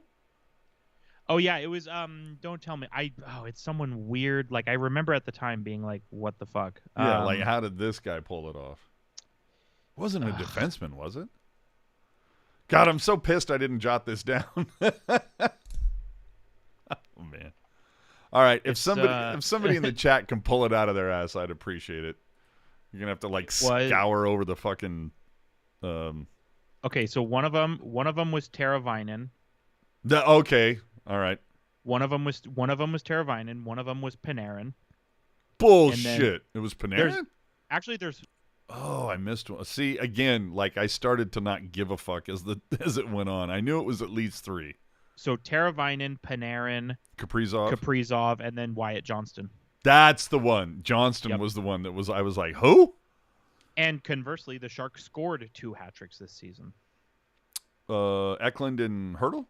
Yep. Oh yeah, Hertl. Both overtime, right? Correct. Interesting. All right, shout out to Hockey Reference. Damn right. Hero and zero of the week and of the season. Hero of the week, I'm just going to lay it on a little thick, dude. The Lunds, they collectively finished the last few weeks of the season, all of them averaging a point per game. Sure. So, as we like to say around here, they had their guy. Yeah. For the week, who's your hero? For the week, and this one is not really impressed with what they did as much as it's more ceremonial. My hero of the week is Devin Cooley, only because he's somebody, and I know he played terribly. I understand that, but he's somebody that I legitimately want to do well and be successful. And so to see somebody like that kind of get shelled behind a team that is just absolutely dog shit. Like, I do legitimately feel for the guy. I feel that. And I give him my hero of the week because, like, his heart and his brain are absolutely in the right place for things. Oh, dude. So much so. Hold on. Crafty Koala, were you not here earlier? Come on. Didn't we do that? What's the record for first career goals against the Sharks? Feel like I hear that multiple times a year. No, we said it. Because you do hear it multiple times a year. 127. That's what it is. And still 2 behind, what did I say? The Islanders. So over the last 30 years. My hero for the season, dude, it's the Sharks fans that paid money to watch this. I salute your support. It couldn't have been easy. I went to, let me see, 1, 2, 3, 4, 5, 6, 7, 8. I went to 8 games this season, and I only paid for half of them. Just to show you where it is. But I still showed up. You know, I bought a couple beers and bought a slice of pizza and everything. So they made, you know, their head count on a couple bucks that I threw their way. But, yeah, I mean, the Sharks fans that came, good on you. God love you. And hopefully you continue to do it over the next season or two before we start to see the come up happen. Who's your hero for the season? I'd respect Granlund. So I'm gonna kind of do the inverse of what you did. Hero for the season is gonna be the Lund line for as terrible as things have been. That trio, whether they were playing together or whether they were playing separately, that trio gave us being the fans, gave us excitement. And I think gave us some shred of optimism for the future. And things are terrible right now, and they're going to be terrible next year, and they'll probably be terrible in 2 years from now. But at least we know, as I said earlier, albeit slowly, we are moving in a positive direction. And those 3 guys are a big reason for it. As long as Vlasic's still here, it's going to suck. Many people are saying. Yeah. 0 for the week. I mentioned it earlier. Dude, Studnicka. I mean, last 7 games, he's a -8. He only has 8 shots on goal. He's only 47% in the dot.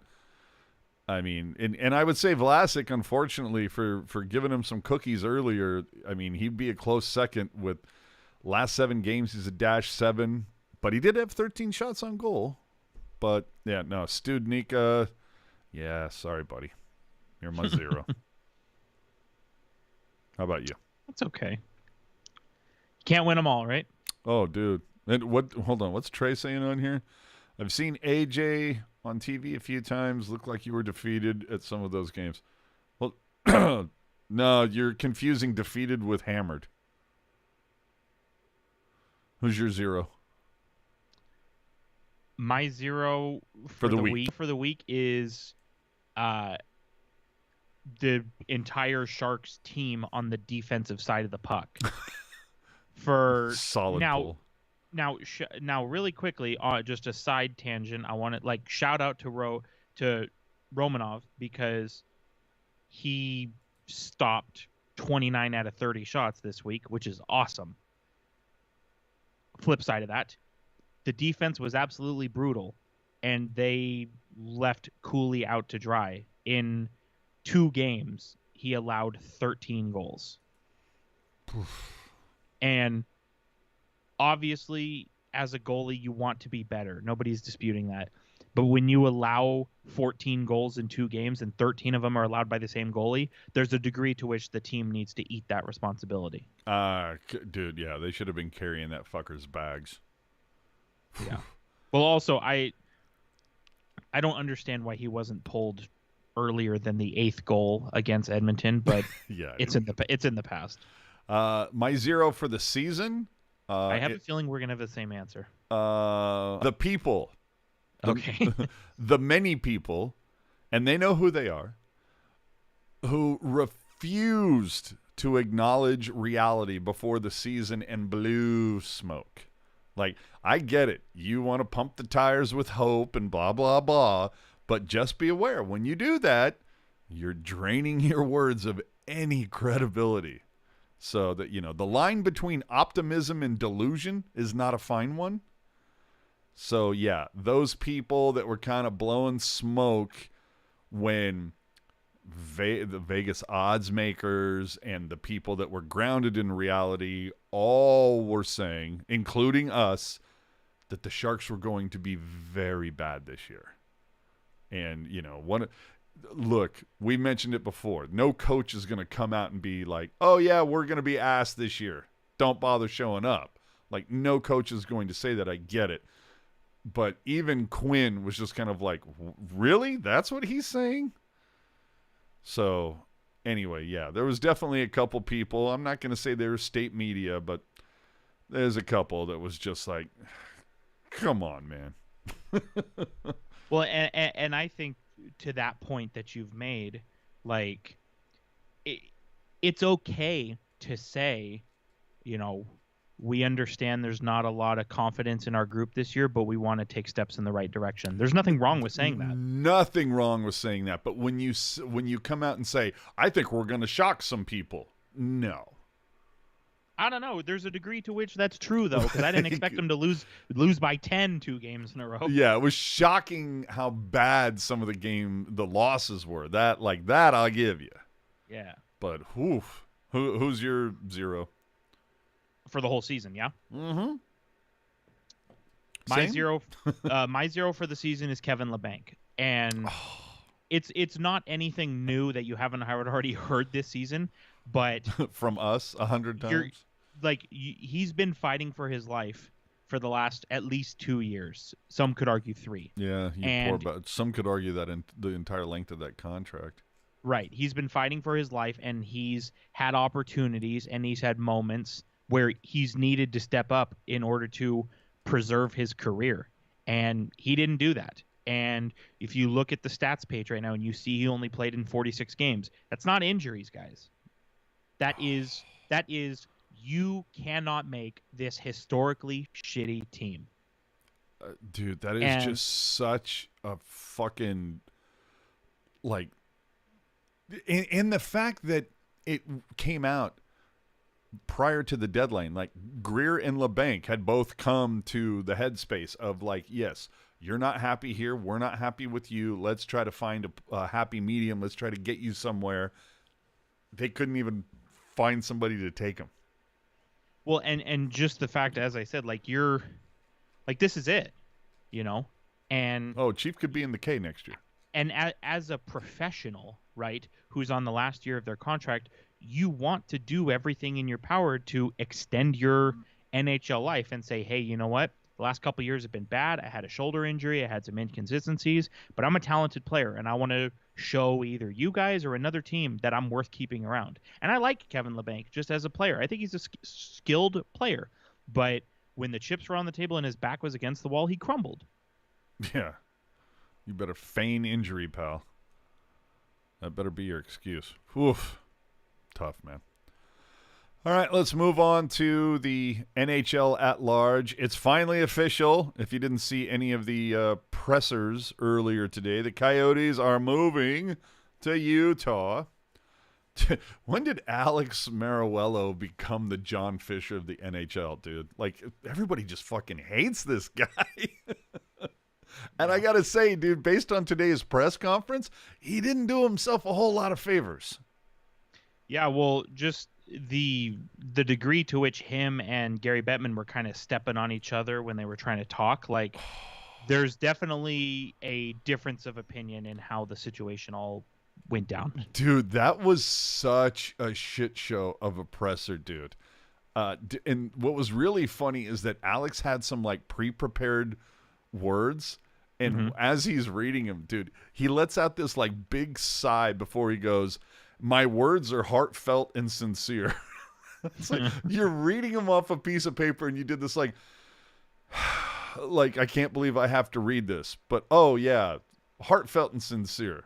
I mean, dude, and I got to say, dude, Bettman, I get it. I get why people hate this fucking guy, dude. He was so snippy on a case. Like, maybe show a little contrition. Like, people have been saying this was the case for a while with Arizona, and you remained just adamantly defiant. You were just in denial. You clearly had no plan B.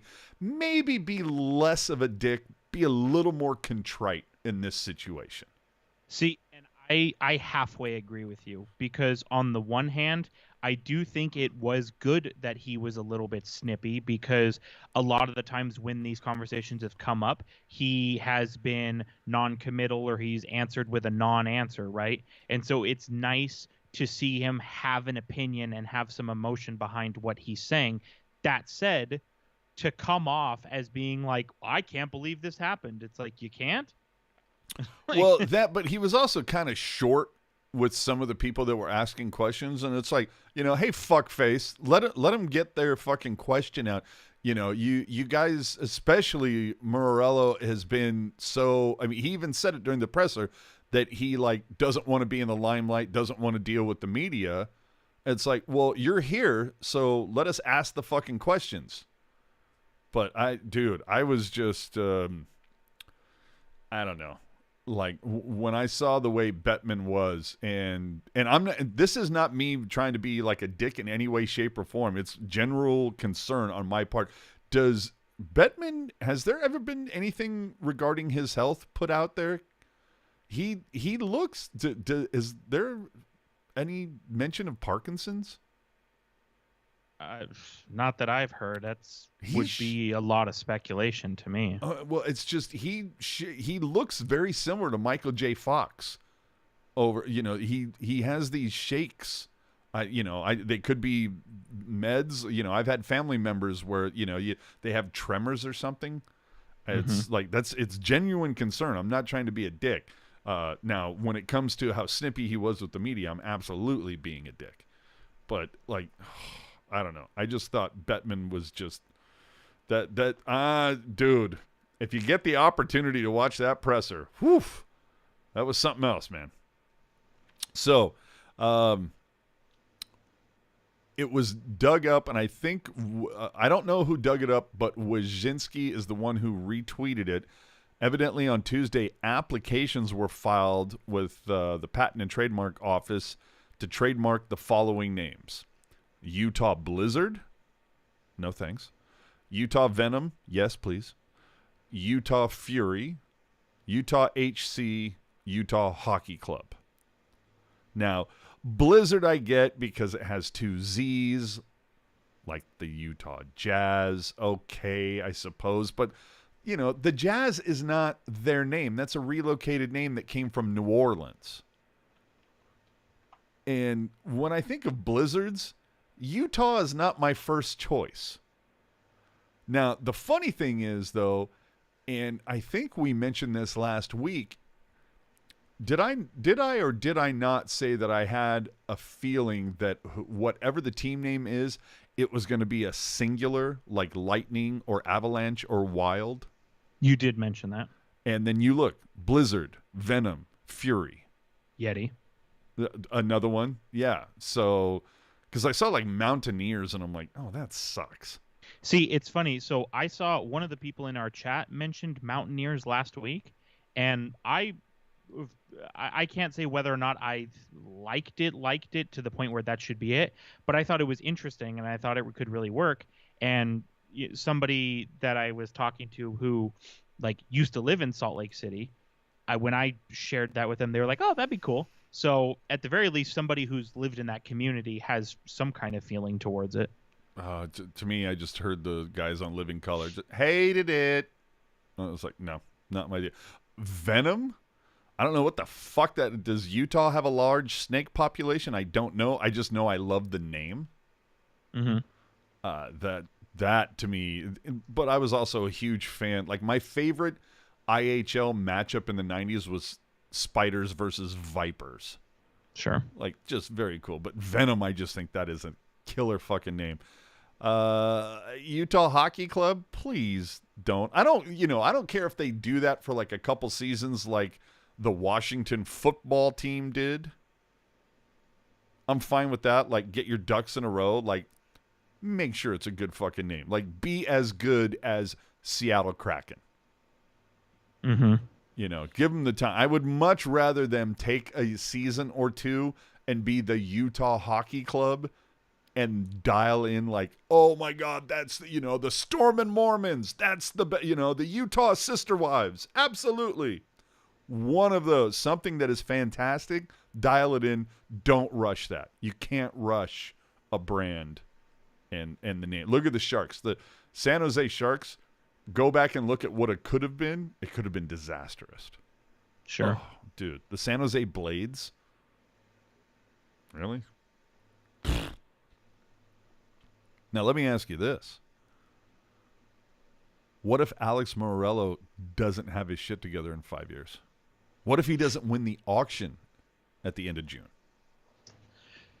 Well, as everything stands right now, which, of course, it's only been, 2 days, 3 days? So still a lot of... Well, 2 days, you say 2 days, 3 days, but, 8 days ago it was, Arizona's sitting there going, hey, check out our fucking arena, guys. This, look at these plans. Look at this entertainment district. This is going to be the coolest fucking thing you've ever seen in your life. And now it's, oh, yeah, by the way, they're going to Utah.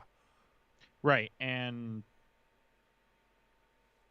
from what I understand, for now, if they can't get their ducks in a row and get that arena built in 5 years or less, then the Arizona Coyotes would just cease operations. So does the IP go back to the NHL, or does Alex retain it? No, the IP would go back to the NHL. Yeah, I was going to say, because Alex has been paid for the team. But that said, like I said, the official word is that the Coyotes would cease operations if there's no arena within 5 years or less. But what we know about the NHL's plans for expansion, I am absolutely certain that plan will be amended to where they'll kind of put it out there and find a new owner. And maybe, if I'm not mistaken, were the Montreal Expos not owned by the MLB and then auctioned off? Is that not a thing that happened? Ooh, boy, that's a puck guy question. That sounds right, though. And so maybe it's the same thing where they're saying now, oh, Alex Morello, if you can't get your shit together, the Coyotes are just done. But maybe if that time comes, it'll be like, okay, we own the Coyotes. We want them active again. Prospective billionaires, get your little sign on the popsicle stick and get ready to hold it up. Yeah, no, that's a great question, because if you look at like Carolina has done throwback nights with Hartford logos, right? Correct, because that's the same. It's the same organization.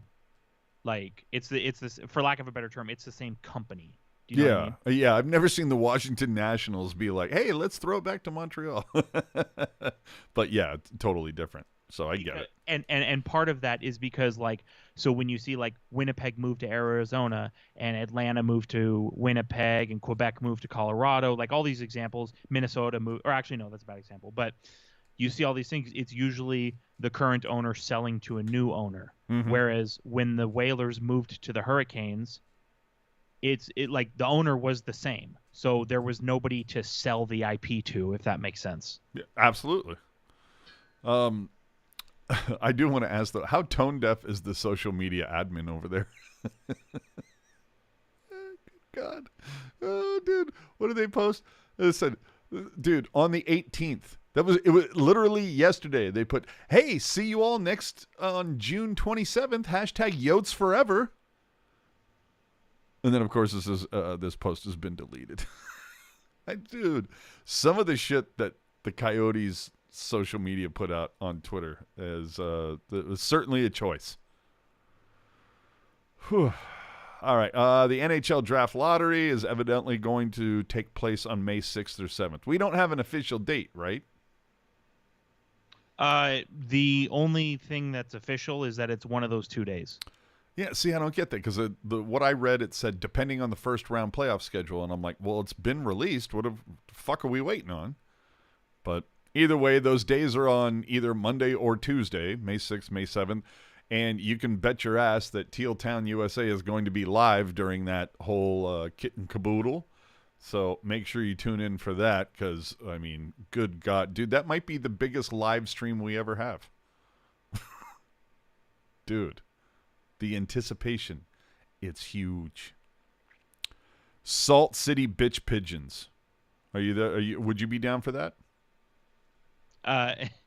Yeah, although I believe the original expression is the Rain City bitch pigeons. Yeah, but Seattle. But obviously Salt Lake City, I get it. Yeah, no, they didn't fall for it. The bitches. Matthews missed out on 70 goals, only got 69. Nice. The Rangers win the President's Trophy at 114 points. In other news, the odds of New York winning the Cup have diminished significantly. If history is any sort of an indicator, Dallas, dude, just 1 point behind. Is it me, or is Dallas quite possibly the best all-around team and is just not getting their cookies? I think that's pretty accurate.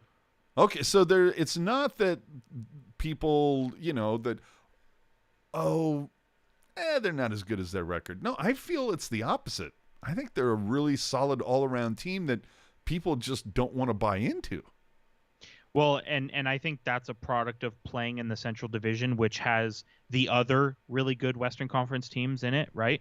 But the fact that they're starting their playoff run against the Golden Knights, who have played well, but have been significantly more inconsistent than Dallas has this year, it would not surprise me to see Dallas kind of hit that next level and completely walk the Golden Knights.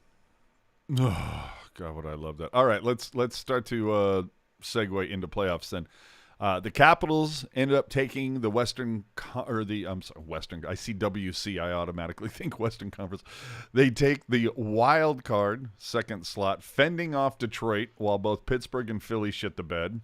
That's the 5th straight season now that Erik Karlsson has missed the playoffs. Yes.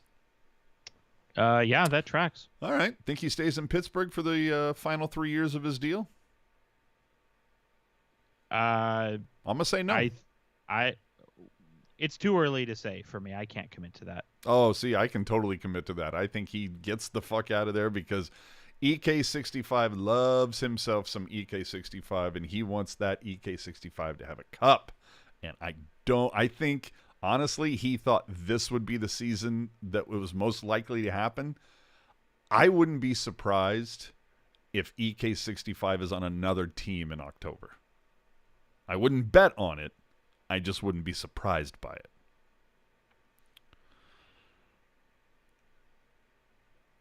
Nothing from the, No. Nothing? No? All right. Dude, I'm going to say I was a little happy and then I was a little upset last night watching Vegas and Anaheim and LA and Chicago play because you had the whole thing was like, oh my God, if Vegas wins and LA loses, Vegas jumps up to the 3rd spot, LA falls to wild card 2, and I'm going, yeah, fucking knock LA out. Or I'm sorry, LA, knock VGK out. Fuck them. And then I thought about it. I'm like, God damn it, I actually would have liked VGK versus Edmonton in the first round and Dallas versus LA better. You know what I mean? Yeah. But you probably just don't give a shit. You're just like, just fucking play hockey. Let's see what happens. Well, I kind of look at it from two perspectives, right? I look at it from the perspective of, I think, the Dallas-Vegas matchup is a rematch from last year that Vegas won. And so I'm curious to see kind of like the rematch of that now that even though Dallas doesn't have home ice advantage, or actually they do. I apologize. I was going to say they were the number one, the top seed in the West. What are you talking about? I was reading it backwards. Now that Dallas has home ice advantage this time around, and I would argue they are better built than Vegas is, which was not the same situation a year ago. I'm really curious to see how that series plays out. And flipping to the other side of it, Edmonton, LA. I know you made the commentary about seeing the same matchup 3 years in a row. I'm happy about that only because the previous 2 years that matchup has been electric, and it's been some of my favorite hockey to watch in the playoffs the last 2 years is LA and Edmonton. But and so I'm excited for them to run it back. But the flip side.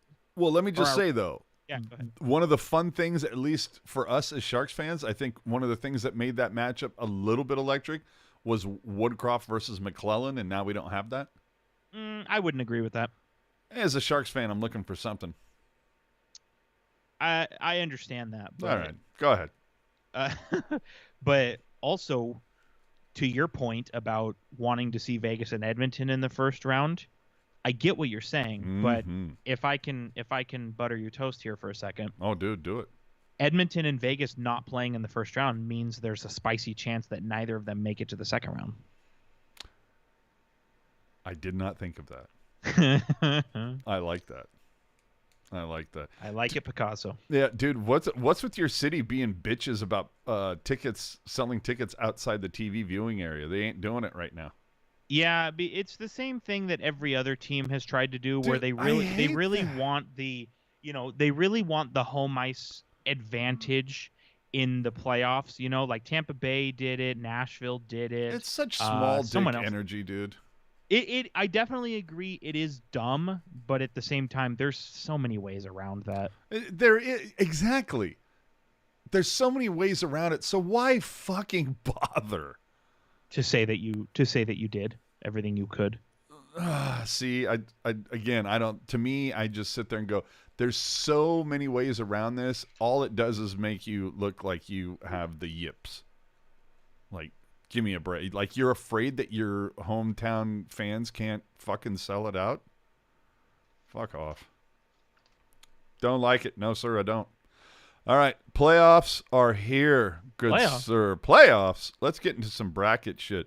And I got to say, what bracket would you like me to use? The one, my heart or my head? Because I got to tell you, dude, I drove down the fucking rabbit hole like 3 times late last night, and I came up with a different cup winner every time. I don't know what I'm doing, dude. What bracket am I doing? Should we just start in the East? See where we're at?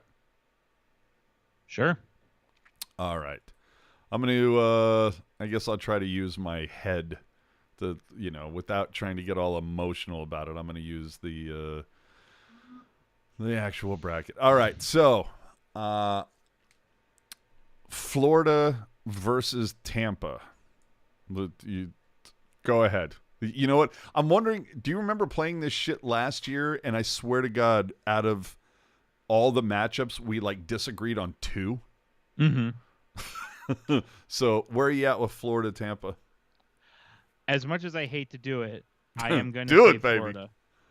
All right. Do you have numbers? Yeah, I think it's going to be in 7 games. Okay. See, I have Florida in 6. Okay.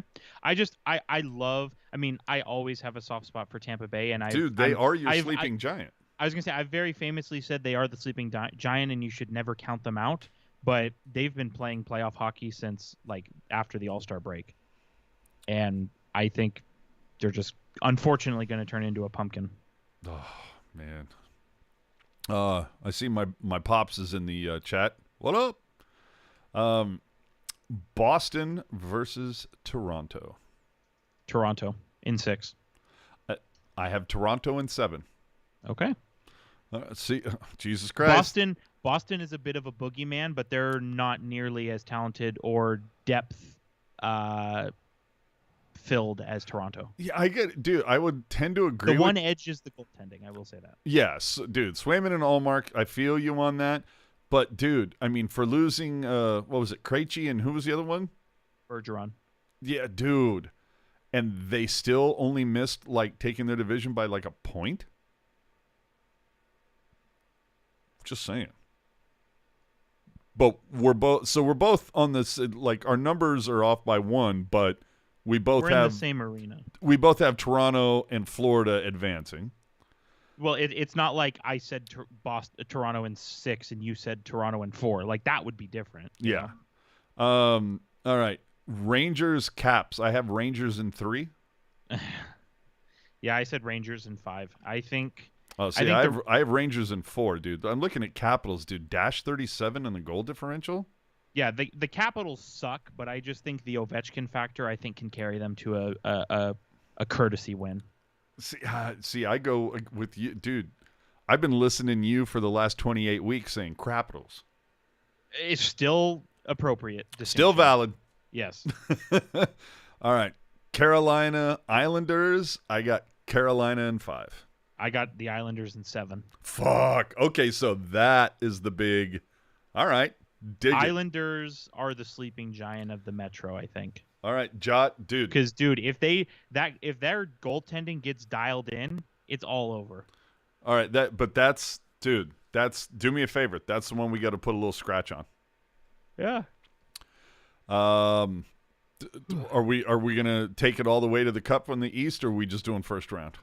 I would say just do first round, but then we can say who our final is. Okay. So on the west side of things, west West side, Dallas, Vegas. Go Dallas ahead. in 6. I got Dallas in 7. Okay. Vegas is good. I just think Dallas is better. As do I, but I do think it's going to be. I think, you know what it is. It's analytically, but also emotionally. I just don't believe in the goaltending for Vegas this season. Yeah, I mean, it's still been good. It's been good, but it it's has not last season. been. Yeah, it's not been like what it was last season when a lot of times it propelled them further, right? I mean, Logan Thompson was a 908, Aiden Hill was a 909. That's good for today's NHL, but not what it was a year ago when their goaltending propelled them, to the Stanley Cup. And hadn't Hill been fighting it over the last month too? Well, Hill and Thompson were both banged up at various times this season. Yeah, and they're, like I said, Vegas is good. It would not at all surprise me if they led at one point in this series, but I do think Dallas is going to end up closing it out. All right. Okay. Hot Wheels is saying Caps in 6. If you would like to get some money going on that, I would appreciate it. I would just, that's a choice. And you know what? To each their own. In the interest of context, the sports book that I use has the Capitals at a plus 355 to win that series, which is the longest odds of all the first round matchups. Again, -37. I believe in NHL history, the with the worst goal differential. Yeah, like in the history of the NHL. Oh, I think they were thinking about wearing jerseys. Everybody just wears -37 on the back of their jersey. Winnipeg, Colorado. I gotta say, you know what I'm gonna say, dude. I was gonna say, dude, hearing you and then looking at the numbers and shit, dude, you got me feeling a certain way. Go ahead, dude. Jets truther. We need. There's a 9/11 joke in there somewhere. You know what? You look at the analytics, right? Colorado scored more goals than Winnipeg this season. They also allowed more goals. I was going to say, last time I looked, I think Winnipeg allowed the fewest goals. That is correct. All right. Winnipeg, and I've said it many times before. I think I've been high on Winnipeg every year they've made the playoffs, and every year they kick me in the nuts and run. Yeah. And I feel like this year, like Hellebuck is a great goalie, but he is on another level this year. Like the Vezina Trophy, spoiler alert, the Vezina Trophy is his to lose. And what are you talking about, dude? They've already put his name on it. Right. And he's dialed in. And the depth at forward for Winnipeg is the best it's ever been, which is saying a lot because those Jets teams from 4, 5, 6 years ago were really good. And their defense, it's not sexy whatsoever, but it's effective. Dylan DeMello, remember him? He's their best defensive defenseman by a mile. Neil Pionk is underrated. Brendan Dillon is having a good year. Josh Morrissey is going to get some 4th and 5th place. All right, North so Trophy what, you're votes. going Winnipeg in 2? Winnipeg in 6, all that to say. I have exactly the same. Dude. Winnipeg in 6. Jets truther, man. All right, dude, and you got Treybone saying Avs in 7, Bry saying Avs in 6. Bring it on, jerk. Here's the thing. I don't want anybody to get it sideways. The Avalanche are a good team. Same as Vegas. They would not surprise me if they lead this series at one point. But they don't have the depth at forward to match Winnipeg. They don't have the depth in goal to match Winnipeg. Their defense is better. 100% their defense is better. But that's not everything. Are you feeling any type of a way whatsoever, Pavs versus Hertl in the first round? I think it'll be interesting for the first 5 minutes, but then eventually things will settle in. I got to say, dude, it's got me feeling a kind of certain way because I think above everybody, they're literally my 2 favorite players. Yeah. I think I don't have any more jerseys from other players more than those guys. And shout out Ryan. I'm not going to say your last name because I don't want to get it wrong, but Ryan is a Jets truther. Looks like Ian is a Jets truther as well, calling out Georgiev. Now, all this to say, Colorado is a good team. If they win this series, I'm not going to be disappointed. I'm not going to be surprised. All I'm saying, people are sleeping on the Jets, and I don't think that is the wisest decision to make. Let me ask you this. Ask it. Does Mark Stone start game 1?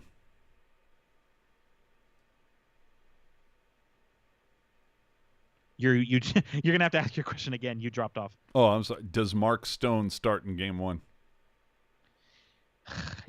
Just to shut everybody up, I really hope not. But I honestly, I have no idea, because I feel like if he was going to, we would have heard more about it aside from that one random skate that he skated at. All right. Granted, game 1 is 2.5 days from now. Vancouver versus Nashville. Oh, dude, Vancouver is going to smoke them. Nashville, they're frauds. They're charlatans, whatever you want to call them. I know you don't like the word fraud, but Nashville, they're a bunch of charlatans over there. It's not that I don't like it. I think it's overused, like the word opportunity. That's why I'm saying charlatan. Okay. So what's your number? Vancouver in 5. I got Vancouver in 6, only because I'm a big Roman Josi fan. Sure, and Roman Josi, again, kind of, showing some inside baseball on our Teal Town USA unofficial NHL awards ballots.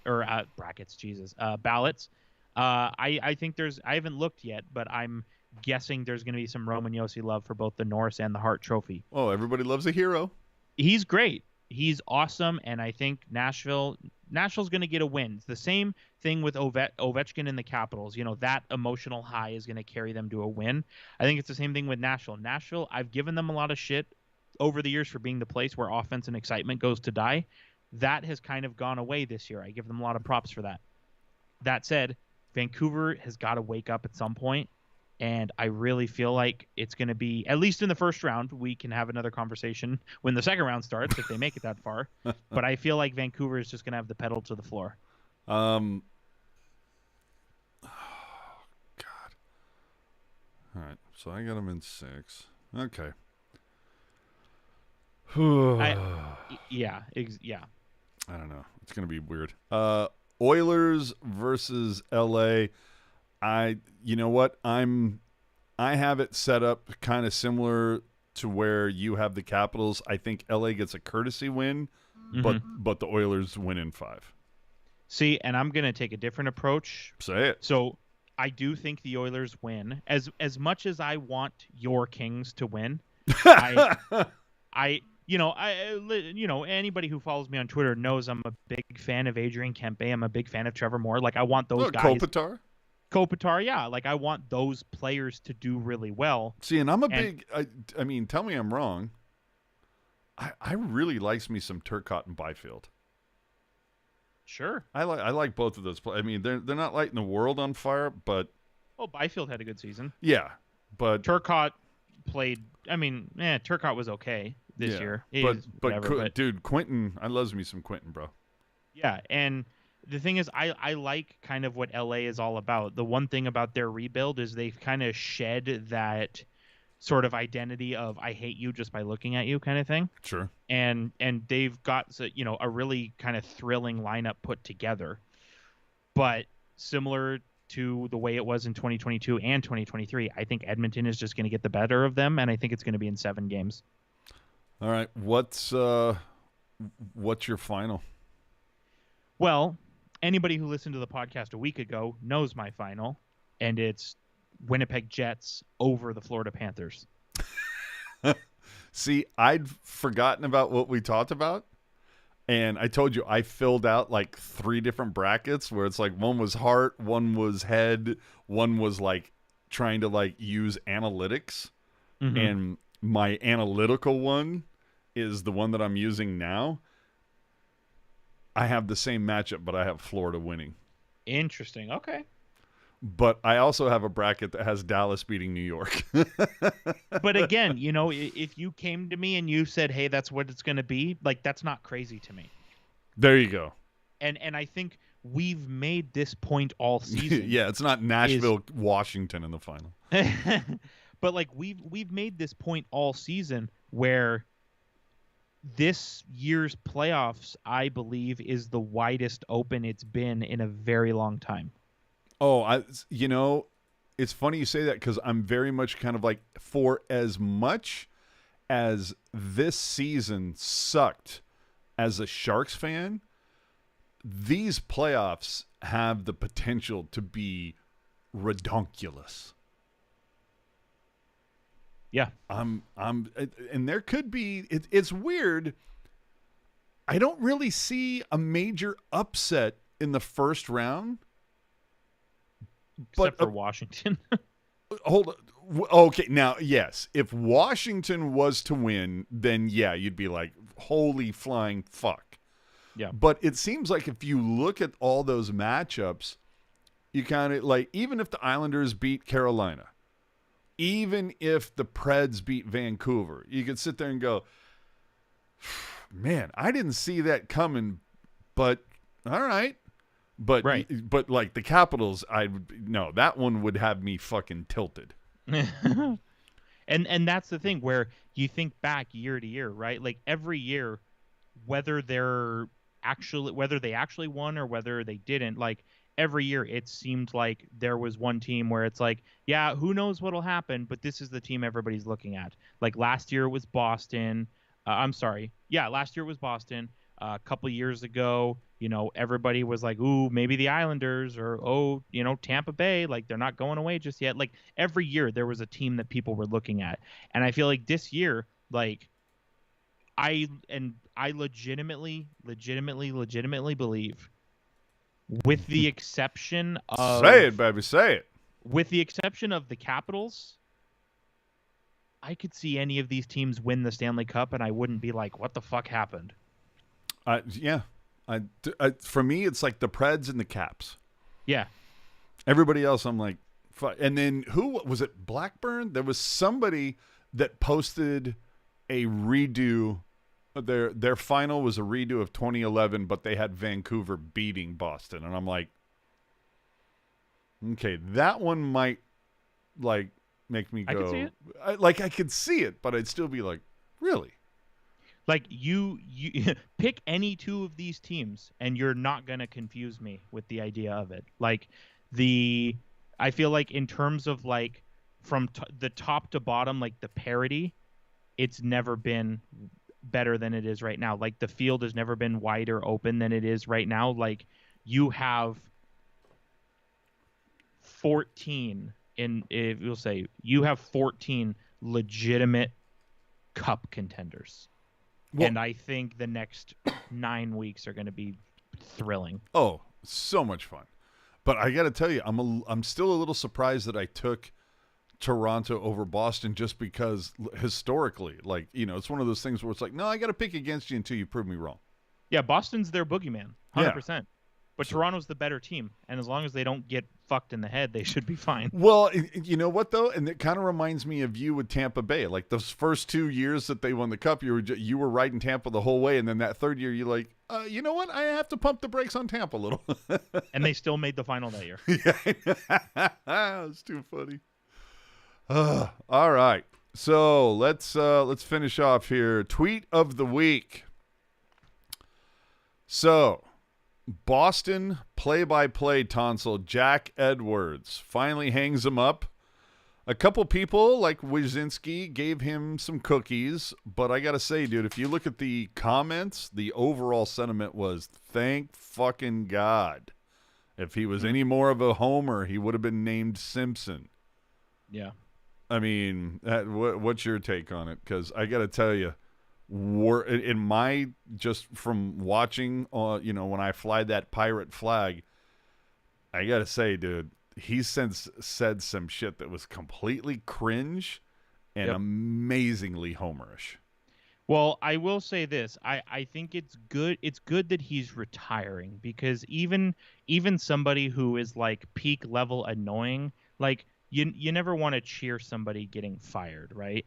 And so I think it's good that he's retiring. That said, I am not sad whatsoever that he's gone, because you're right. He said some things that are just plain weird, for one, but for two, he's also said some things that are just like not anywhere close to being like based in logic or based in reality. And like it's Dude, just, remember the whole Pat Maroon thing? yeah, like why in 2024 are you body shaming somebody who is in better shape than you are, for one? Dude. But just like it's just, and maybe Boston Bruins fans feel differently and maybe they don't, but from a national audience perspective, like the broadcasting arena of the NHL is a better place without, I don't want to say without the person, because I'm sure he's a nice person, but it's better without that energy and that persona in its hallways, so to speak. I'm with you on that. And Ian's, Ian's yeah, go ahead. Ian's saying they're all homers now. Yeah, they're all homers, but I mean there are varying degrees. Randy Hahn is a homer, but he doesn't say radically stupid shit. Some of the things that Edwards said. Yeah, he's not trying to say that, when the Sharks trade away Tomas Hertl and be like, we'll see how the push to the playoffs goes. It's like he's not saying that. Like, yeah. Well, and if he is, well then change the fucking channel. But dude, oh man. So anyway, the Barracuda, they should be like wrapping up, right? Aren't they playing like their penultimate game right now? Yeah. Ian, buddy, throw me a fucking score here, would you? Yeah, they're playing. Yeah, it started like right when we went live. They're playing the Roadrunners. Where? The Roadrunners. At Mullet? Yeah, in Tucson. Yeah, right. It's in Tucson. And then the season finale is tomorrow, April 20th at 7 p.m. There you go. So, and I believe Ian mentioned it that they will be speaking with voice of the Barracuda, Nick Nolenberger, hopefully soon if everybody's schedule works out. So make sure, again, hit the subscribe button and notification bell so it'll let you know when that convo takes place. And you'll be hooked up and find out what exactly is going on with the Barracuda. With any luck, Nick Nolenberger will leak that the Barracuda have let go of John McCarthy and brought in Jay Woodcroft. Hey now. All right, so it's 20 after 9. Feels like a good time to spin a wheel, doesn't it? Mm-hmm. Well, first, before we spin the wheel, we got to get into this week's prize winner, which is an awesome... It's an awesome what? Story? It's an awesome story. Fuck yeah, tell it, baby. All right, so what were we doing and tell the story? So this week's giveaway. How do you win, sir? It was the combined save percentage of the Sharks for the 2 games this week. And we're at Edmonton Oilers, at Calgary Flames. And if you watched the games... Did everybody go over? Yes. Dude, how many times have we said from the beginning of the season, like, don't be afraid to pull the $1, Bob? Right, and so because the contest rules are closest without going over, but everybody went over, so now we're doing closest.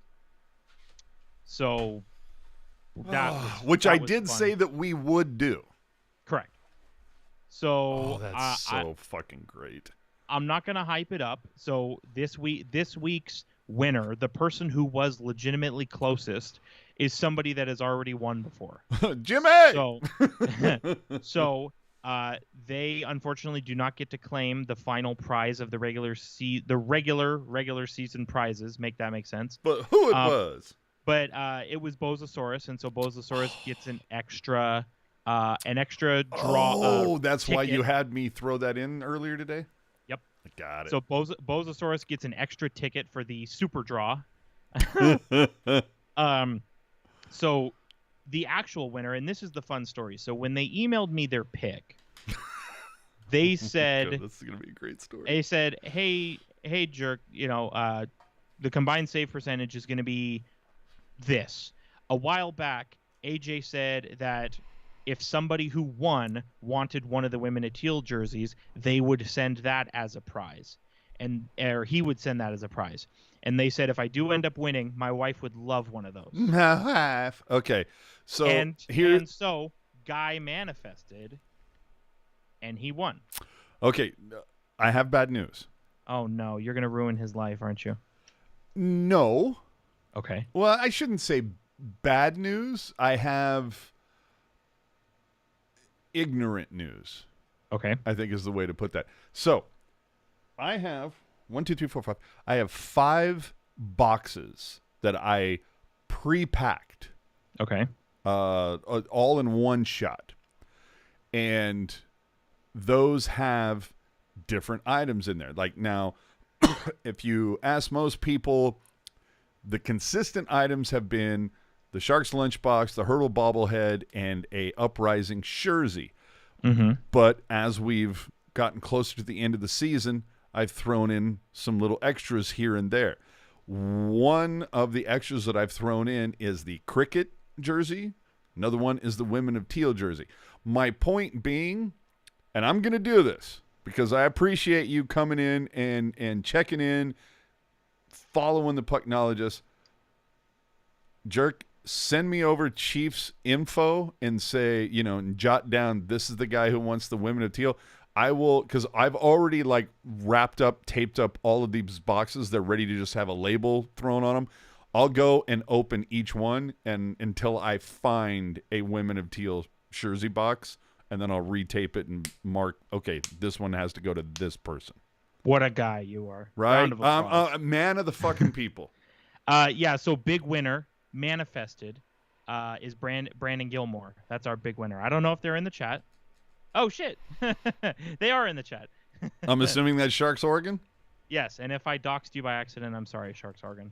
Whoa, Twansky. So what was the winning guess? So the winning guess, well, $1. get there. The winning guess was 883 save percentage, which Sharks Oregon has put it in there. And the actual save percentage was 839. Christ almighty. What a fucking week to pull that off is the fucking question. Yeah. I'm just honestly, I love, when I read that email, I was like, I mean, obviously we are impartial, of course, but when I read Sharks Oregon's email, I was like, man, I really hope he can win. For the Women of Teal thing? Yeah. Oh, dude, that's so cool. And so I'm glad that he did. There's a little part of me that wants to fucking just grab the fucking razor blade and just pull one of the boxes just to see. Because I've forgotten what I've put in there. Sure. I did that a couple weeks ago. Anyway, so there you go. That's there's our winner. And again, have you been able to ascertain Shark Oregon's address? I requested it. I have not received it. Okay. So I plan on sending out all the prizes because I know we're a couple weeks behind. That's the way I do it. It's like I kind of save it up for the end of the month and then shoot them all out. So those prizes will be going out this week. Woo, boy. Can I can I show you a wheel, sir? Yeah. So we've been we've been alluding to it all year. At the end of the year, there's going to be a super draw. Everybody who plays gets an entry. Everybody who wins gets an entry. And you get an entry for every subsequent win. So this is kind of where things stand right now, where you have this wheel with 1 million fucking names on it. And how many spins are we doing on the mega wheel? Oh, it's just the one, dude. Just the one. Okay, I wanted to see where we're at. Oh, dude. While we've got the wheel up, I cracked the box. First one I opened has a Women of Teal jersey. Beautiful. So if you want to just get a Sharpie and just put Brandon on there, that'll send it. Dude, doing it right now. Beauty. And so just so you've got the updated knowledge, so not including the super draw, but including Sharks Oregon, there's 3 prizes to go out. So then the super draw would make 4. Yes'm. Okay, just want to make sure we're square. Yeah. Oh, wait a minute. Hold on. All right. I know we got to do the drum roll and everything like that. Hold on. You said with Sharks Oregon, I have 3 that still have to go out aside from the super draw. Yeah, so Sharks Oregon tonight, John B a week ago, and Burge 2 weeks ago. Okay, so 1, 2, 3. So I have 1, 2, 3, 4. So I have two extra prize packs. So Is that so for the super draw? Is that 2 plus the 1 or 2 total? Well, see, I'm going to give you an option. Okay. We can spin the wheel 3 times, Mm-hmm. or we can give the remaining 2 prize packs to whoever were the second and third closest to this week. I think it'd be more fun to spin the wheel 3 times, but it's up to you. I agree. I think we've been hyping up the super draw all year. Hell yeah. And I feel like the previous winner distinction I think shouldn't count here for the super draw unless it's like if you haven't no. Fuck it. All right, we're spinning the wheel 3 times. The third one gets the superpowers. Hold on. Hold on a minute. So you've got 1 for Berge, 1 for John B, 1 for Sharks Oregon, and then 3 unaccounted for. So you have 6 total, right? No. Okay, pre-packed, I have 5. So Berge, John B, Brandon, Sharks Oregon, and then 2 super draws. 2 super draws, but then there's the super duper draw, which I have not yet collected because it's the super pack. Gotcha. Okay, so for the 2 Ian's already just spin the wheel, monkeys. All right, so fuck it. While you sit there and talk, I'm doing the first spin. All right, so super draw number 1. Here we go. Yeah. So as you can see, there's a lot of fucking names on there.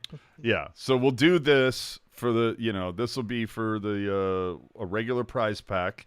Yep. But maybe you get an extra. But again, remember these prize packs have extra stuff in them. Mm-hmm. Oh man. Oh shit. It's coming up on molasses, dude. It'll be so... All right, so do me a favor, bro. Can you jot that down? Yeah, give me 1 second. I'm going to remove all instances of molasses. Yeah. All right. So, but yeah, jot down molasses, want an extra prize pack. But remember, again, these prize packs got a little something extra. So the wheel can recognize the duplicates then? Is that what you're saying? Yeah, it said remove all instances because I think molasses had like 3 entries. He had 4. Okay, there you go. All right. Here we go again, second time. Yeah. And of course, we got some Mikey fans in the chat. I was gonna say the folks in Discord are juiced for molasses. Yeah, dude. All the Discord peeps are just like, oh yeah, let it be them. which is molasses is on the milk carton right now, so we're gonna have to. I was gonna say it's been a while. Yeah, dude, I gotta be honest. I was kind of rooting for Jerry F a little bit. I mean, one of our Richard G. Who's Richard G? Who off the top of my head, I don't know, but previous winner? No. Well, where the hell did that name come from? So they've been a consistent enterer. They entered in this most recent. Actually, let me just do a quick analysis here of the list. I was going to say, how did they get into the spin? Because I thought we're only doing previous winners.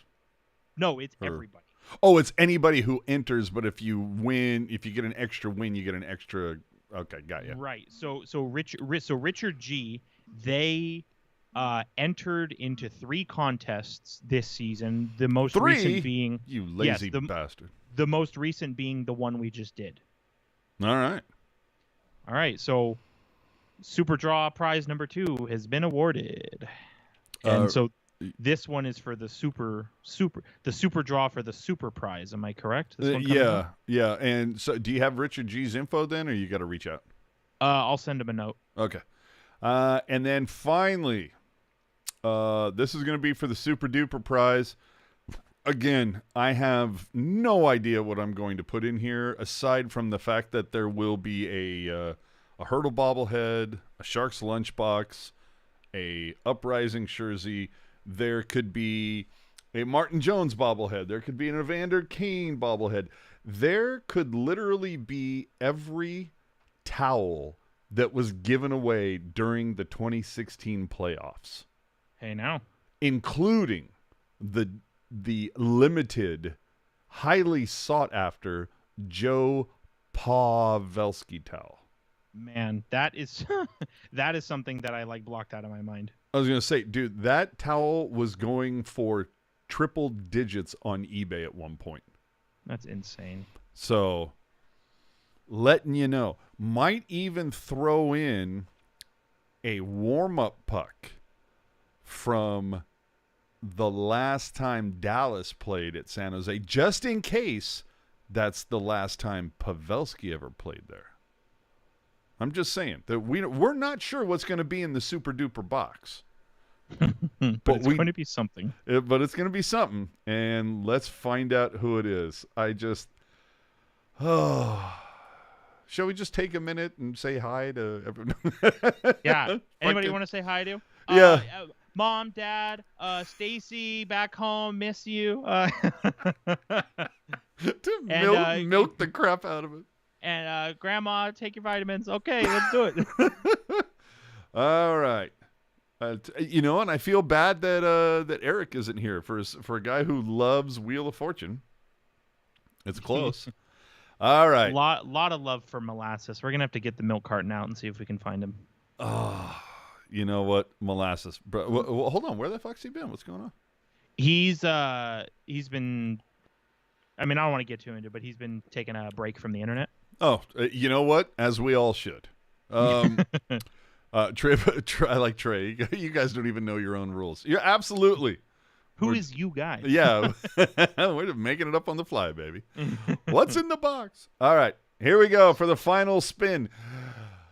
Oh, what the fuck? I clicked it. Let's go. There we go. All right. Super duper draw for a super duper prize. I gotta say, usually I'm not partial. I'm kind of rooting for Jerry F. Okay.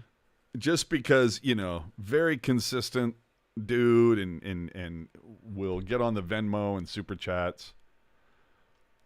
So watch it be Jerry F. And everybody in chat's going to be like, rigged. No, dude, I'm afraid it's going to be Bozo.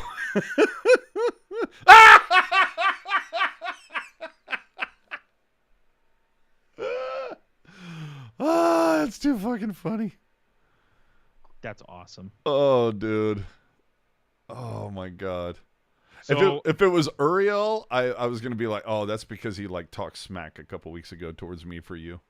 So Bozo's been a consistent player. Haven't they won twice in the last fucking year? So they won. So they were a winner this year, a legitimate winner, and then they were a. So they Where's won. this fucking Bozo from anyway? Bozosaurus 666 right there in the chat. So where are you from, buddy? What's your name and where are you from? Well, I was gonna give me a state and a county. Oh, here I can tell you. Bozosaurus. I'm not gonna dox you. California. Do we have a county? Or yes. Okay, I'll give you this: north or south of Los Banos?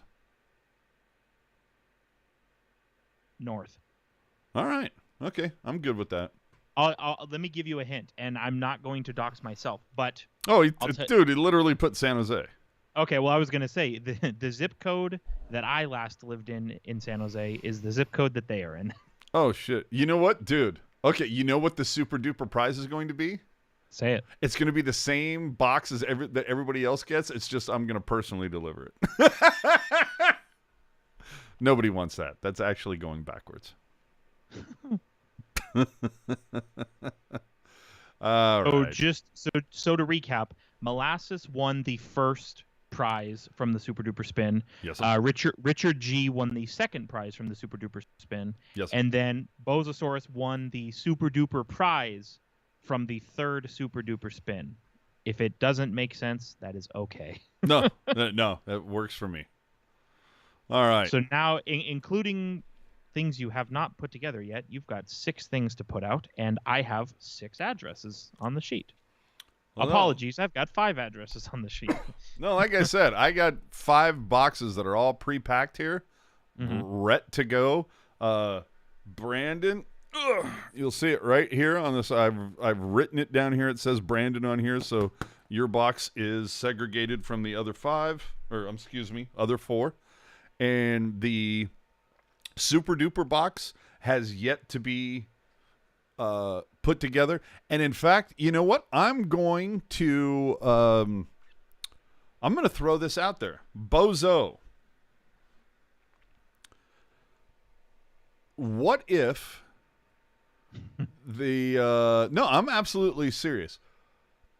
I will throw out one of 2 options.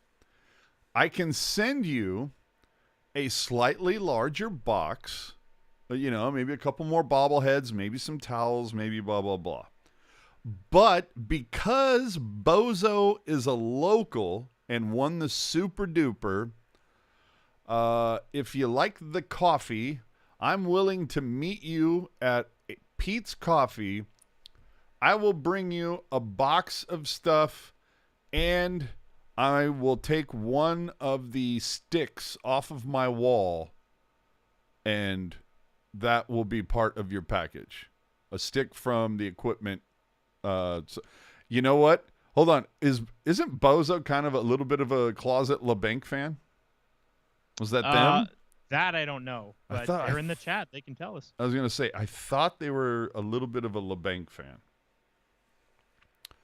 I will bring a LeBanc used stick.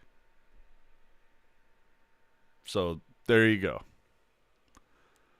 I feel like that's pretty, and I'll buy you a fucking, what's that Pete's cold Javiva Frappuccino? Oh no, Bozo doesn't want the LeBanc stick.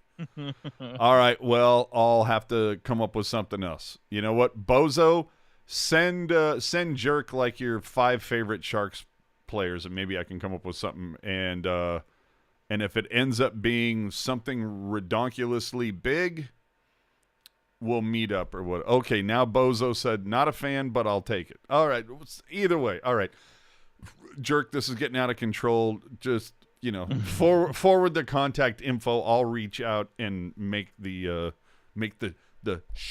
transaction. Yep. All right. So that's, oh my God, I'm so happy that's finally done, dude. Do you understand how much room in my storage these fucking boxes of lunch boxes and Hurdle Bobble, all this shit has been taken up? I'm so happy to fucking get rid of this shit. But I'm happy to give it away. I'm happy to give it to the people that are loyal viewers, the people that have joined us during this, I mean, just ridiculously horrible, hard to watch season. Yeah. So it's a small thank you, a small showing of gratitude that we can do for our, the people that are nice enough to join us every Sunday, or every Sunday, usually at 7. In this case, Friday. Yeah, I was gonna say, except for this one, or the when Jerk loses his shit in December, going, what time is the fucking game on Sunday? All right, so let's get to the bets. So if memory serves, you're still on the hook for $20. Okay. So we canceled out. Excuse me. We canceled out the wins last week for the over/under, but the attendance. But you still owed me for. You said EK would be a Shark. He's not. There was something with Cunnin. There was something with Road Trip. The points that they would come back with, and I forget what the other one was. Either way, I know you're on the hook for $20. So I'm gonna give you the option. You can either, Venmo me 20 at some point during the off season, or what I think would be more fun, I want you to use your magical betting app, and I'm going to give you a bet to make, throw the $20. If I win, we split it, and you send me back the money. If I lose, well, then your bet's paid. I think that can be arranged. Cool. Love it. I'm definitely not going to Venmo you right now. No, I'm not expecting it. Because then some of the sleuths in the chat will say, "Ooh, time to snoop on the Teal Town Venmo transactions and find this motherfucker." You know you can privatize those, right? Where only the sender and receiver see it. Well, you can never be too safe in this world. All right, I'll just give you my address. Just put $20 in an envelope, dude. I already know where you live, I think. Yeah, you gonna be around? I know where you live, but I don't know if I know your address off the top of my head. General area. Yeah. Oh, dude, and you know what? You're gonna be so bummed. The Togo's next to my house, they closed. What? That's whack. Yeah. So they had to move it to Vegas. All right. So playoffs obviously start playoffs start this week. We're done. Jerk and I are out of fucking here, but there will be more content coming from Teal Town, USA. You got the playoffs. I'm more than confident that some sort of complimentary collection of Ian, Landy, Eric, the other Eric, Jules, Dana, Mark, Lacey. Am I missing it? Felix? Am I missing anybody? I feel bad when I do that. I think you said Landy twice. Did I? Which is I thought I said Lacey and Landy. Maybe you did. Okay. So anyway, Jewels, some sort of collection of the group. They'll be on live following every round of the playoffs. Of course, we have the draft lottery. We have the actual draft. Sir, can I interest you in a credential or two? Absolutely, you can. All right. I think we're going to try to get that going. So what that means, of course, is that as there's the run-up to the draft, you might want to pay attention to, I don't know, our socials, whether it's Twitter or Insta, but we'll have Jerk on the fucking case. Then free agent frenzy, of course. So my point is, make sure to subscribe. Click the notification bell so you get some sort of alert of when we are live between now and free agent frenzy. And you know what? This draft party, I'm going to tell you right now, and we all, say it right now, little prayer, please God, if you're a just and righteous person, the Sharks will win first overall in the ping pong balls. And when that happens, that means there's going to be a draft party at SAP Center, as there was last season, but there's also going to be the draft party in Vegas. I'm going to just go out on a limb and say there's going to be some sort of cross-pollination podcast happening there, whether Eric is down with Jewels and Jerk at the Sphere, while my dumbass is sitting in SAP Center,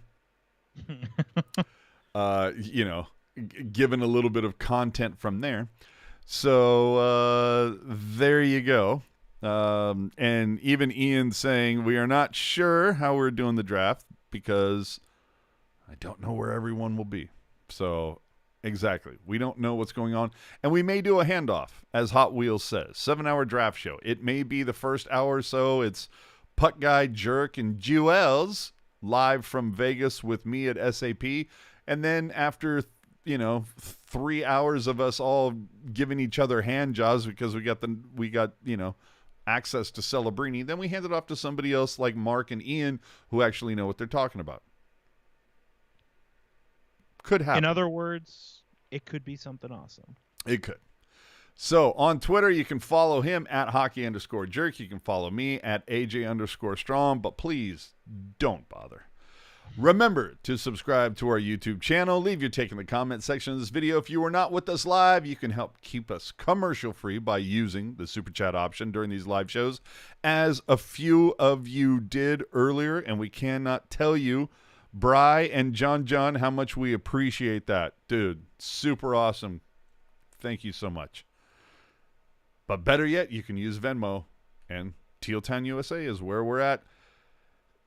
The deacon of the Discord never fails. I try not to. Yeah. At hockey_jerk is waiting to give you your very own VIP invite to the 24/7 Sharks talk that continues on and on and on Discord. Literally never stops. Never stops. So find links to the social media, podcast apps, and more in the show notes. You can find everything on tealtownusa.com. And when the season returns in October, make sure to check out After Dark following every single Sharks game. And once again, another reminder, as the Barracuda are playing, do we have a score on that? Do we have a final? As the Barracuda are playing, and they will play again tomorrow against Tucson, sometime, I want to say, over the course of the next week, we will have Ian and hopefully Lacey or Jules or someone talking with the voice of the Barracuda, Nick Nolenberger. That will be on our YouTube channel. Do we have a score? What's going on? Yes, the Tucson Roadrunners beat the Barracuda 5-1. Oh, Jesus Christ. Who was in net? Any word? Corona?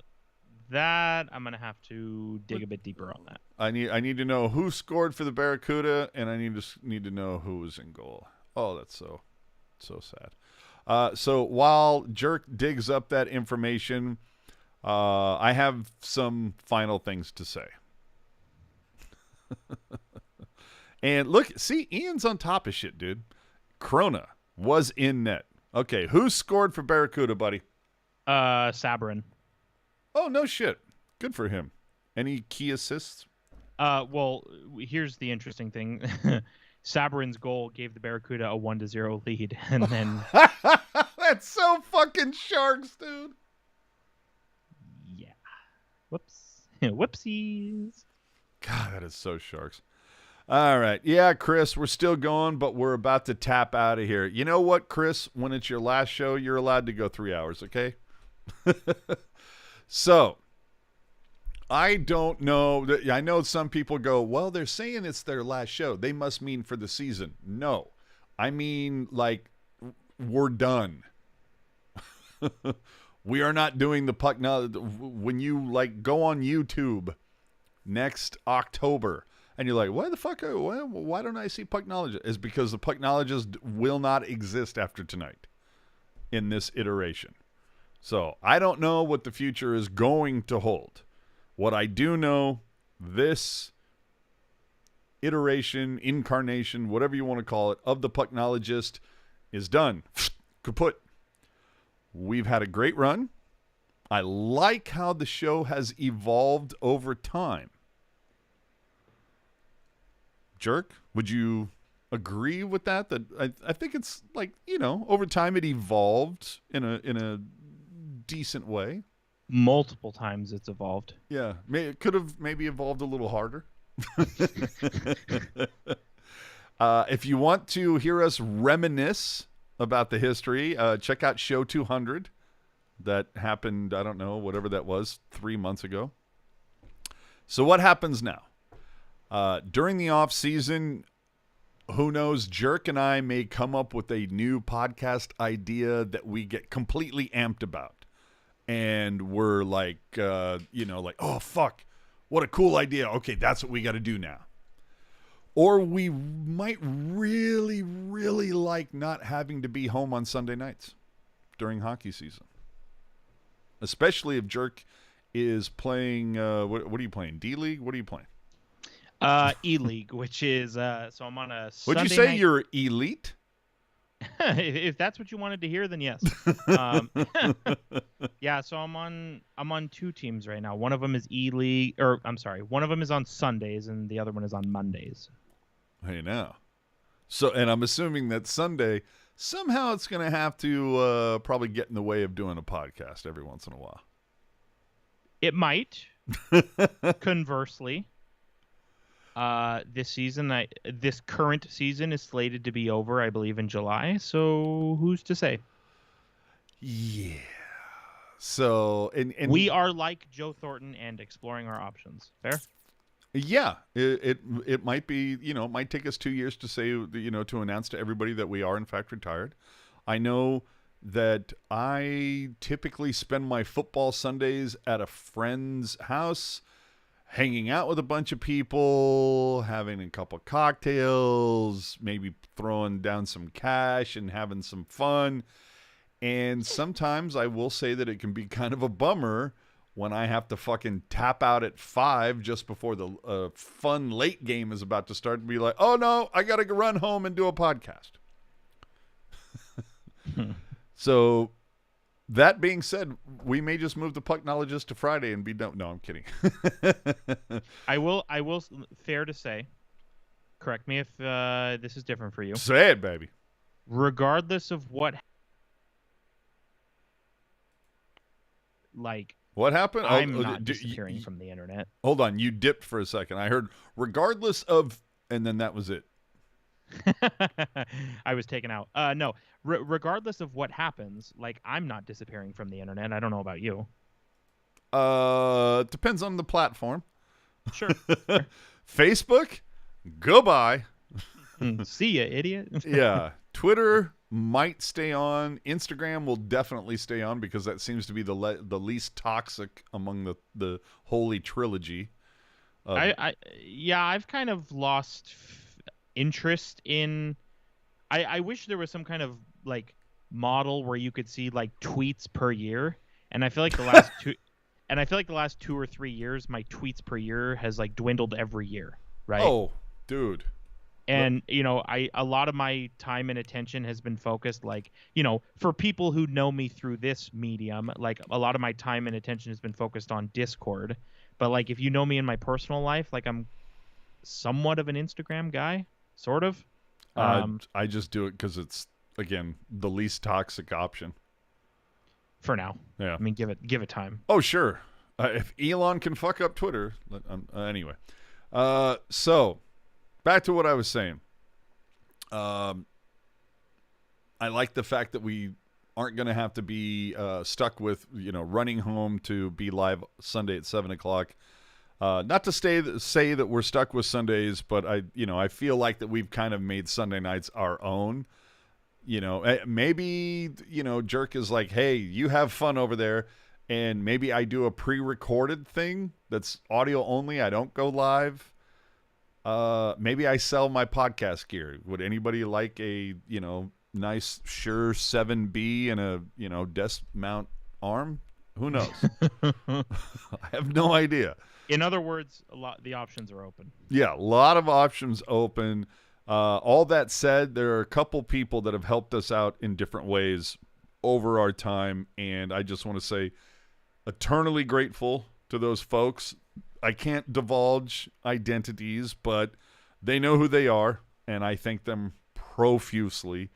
They've definitely given us some, shall we say, tips on how the sausage is made.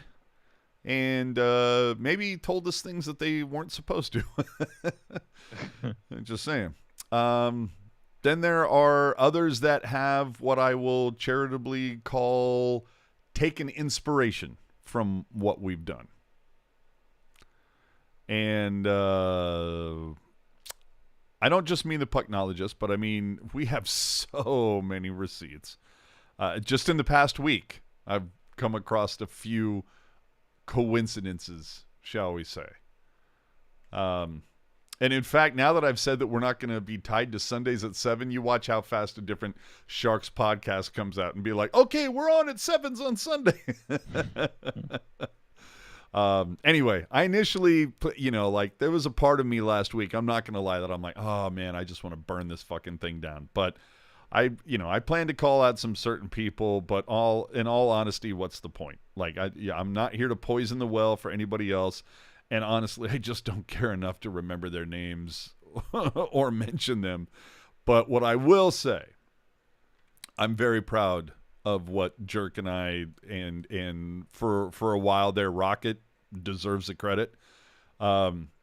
Considering that none of us have any aspirations to be in the media, yet we've been credentialed, I don't know how many times. I mean, Jerk is sending me photos of him dude, how many popcorn things did you dive into when there was the game? And what the hell was it in Vegas? The All-Star thing? When the All-Star game was here, yeah, there was popcorn, there were gummy bears, it was a scene. Dude, there was some things happening over there. So to get those credentials, and the fact that we'll be in all likelihood credentialed for the draft in Vegas. I mean, I just think that's really cool because, as I said, none of us, that's not what we expected from this. We don't have any aspirations for it. And yet we've been included in events where people that do have severe aspirations to be in the media were not invited. So I think that's a win. I take it. I'm pretty proud that our YouTube channel is a leader among Sharks podcasts, despite the fact that no one is carrying our water. And we've turned down network associations, sponsorships, simply because we did not want to be beholden to any outside influence and be compelled to randomly stop a show that we're having a good time. I mean, Jerk and I have been talking now for 3 hours, and it's been a fun ride. And I'm real happy that we didn't have to say, oh, Jerk, can you hold on for a second? I have to talk for 90 seconds about some betting app or a pube shaver. I'm very happy we won't have to do that. And before people go nuts, I'm not knocking the ones that do. I get it. You have to pay the bills. I enjoy Steve Dangle's podcast. I love Club Random. But those randomly inserted ads can be so very cringe. And all I'm saying is I'm happy that we never had to do that. And so I just want to say thanks to anyone who took the time to listen. Anybody, whether it was the super chat, like I said earlier, using Venmo, anybody who's thrown us a couple bucks to help this, this little silliness keep going. So appreciate that. We have to, have server space and keep the website going, and, little the SoundCloud, which hosts all of the audio, those things cost money. So those donations that we get are key, but we're never going to bang you over the head for that stuff. We're not going to sit here and be like KQED and let's do it. Let's have a pledge drive. It's, if you get anything out of the show, if it gives you any type of entertainment, helps you kill some time. The fact that we started this largely because KNBR and then later 95.7 refused to talk about Sharks, it was like, come on, we got to have something. So if you appreciate that, if you threw us a couple of bucks, totally appreciate that you did that.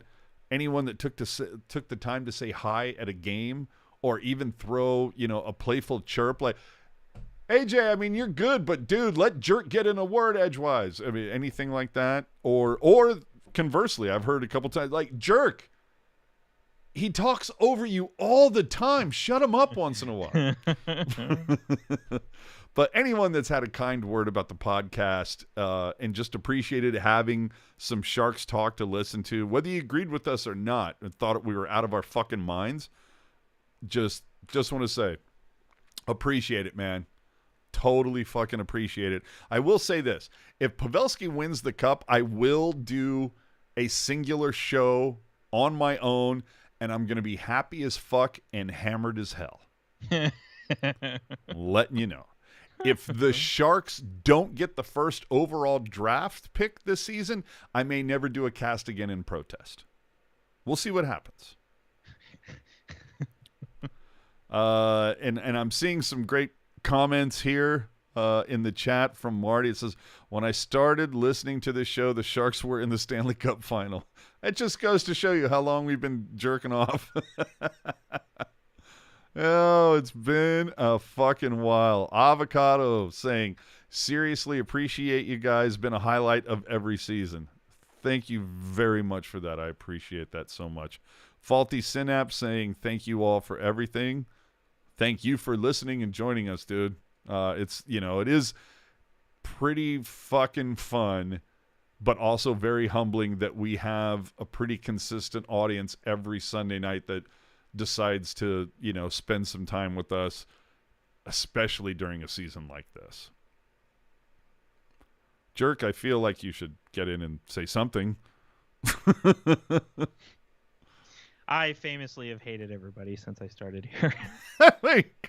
Chris saying, Pucknologists, sponsored by ballshaver.com. No, I think and you kind of mentioned it, where it's like we're here, honestly, like we're here because we just like to talk.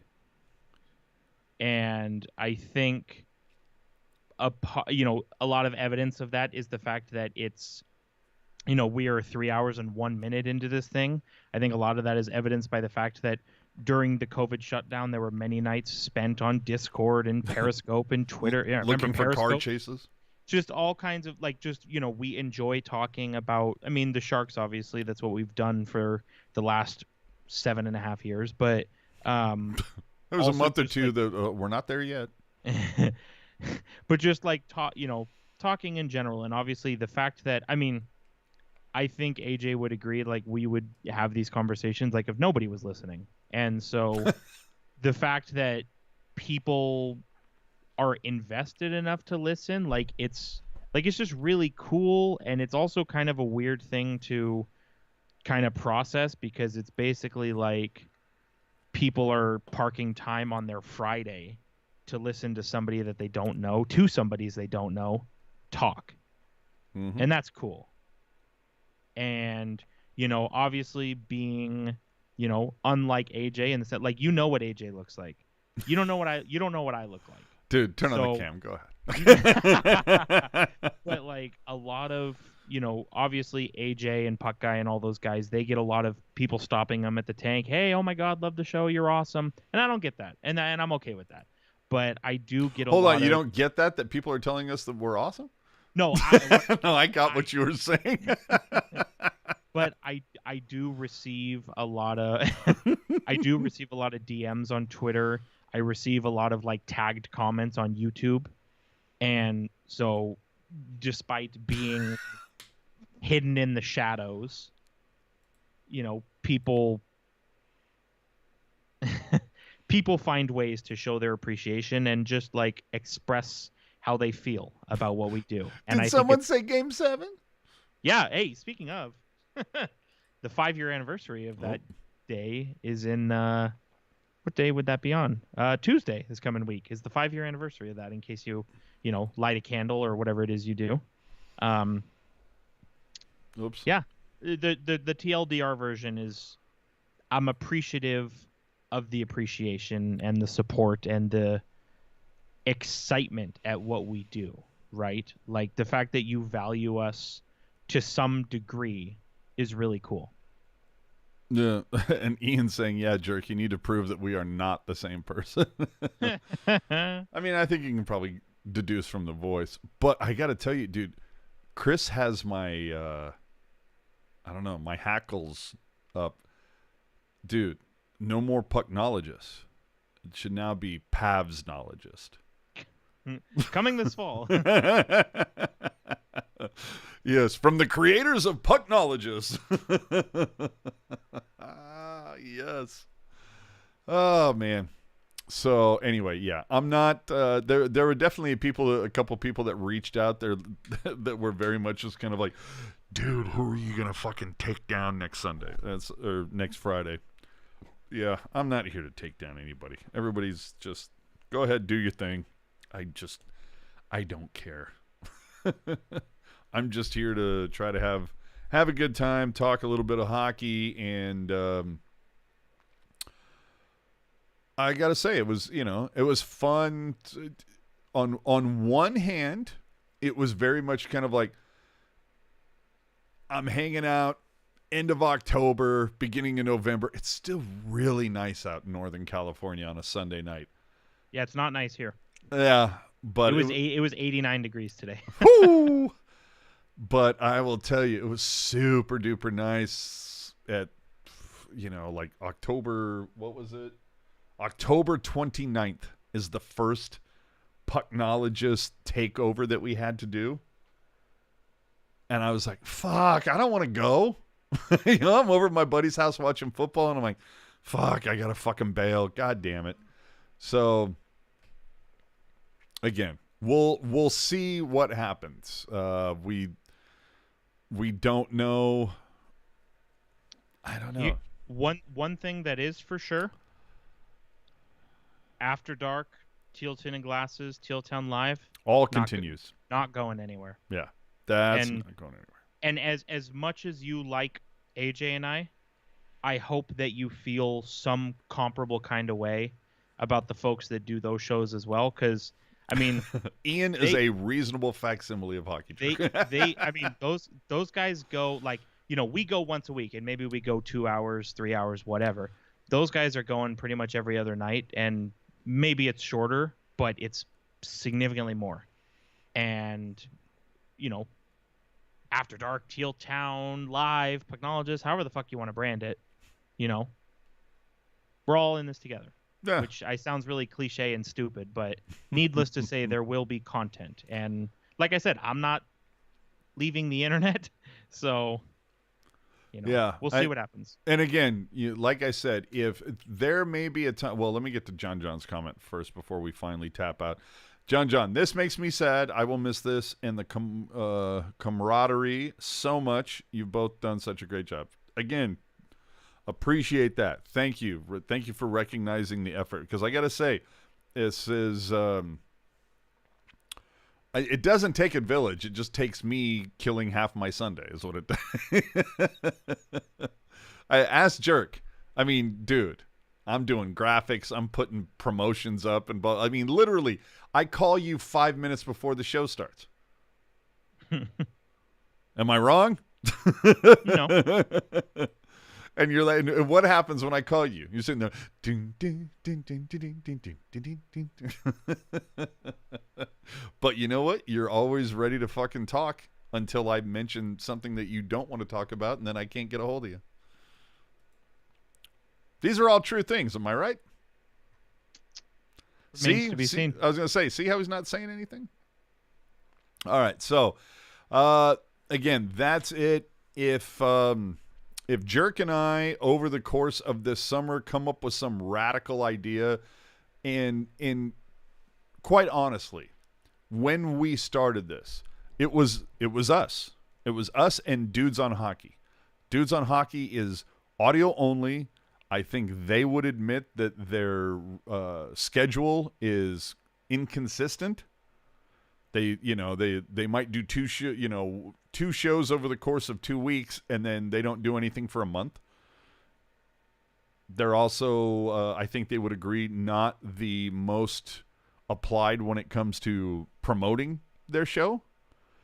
We came along. We try to promote as often as possible. We're the first to do a video cast. Now there's 18 of them.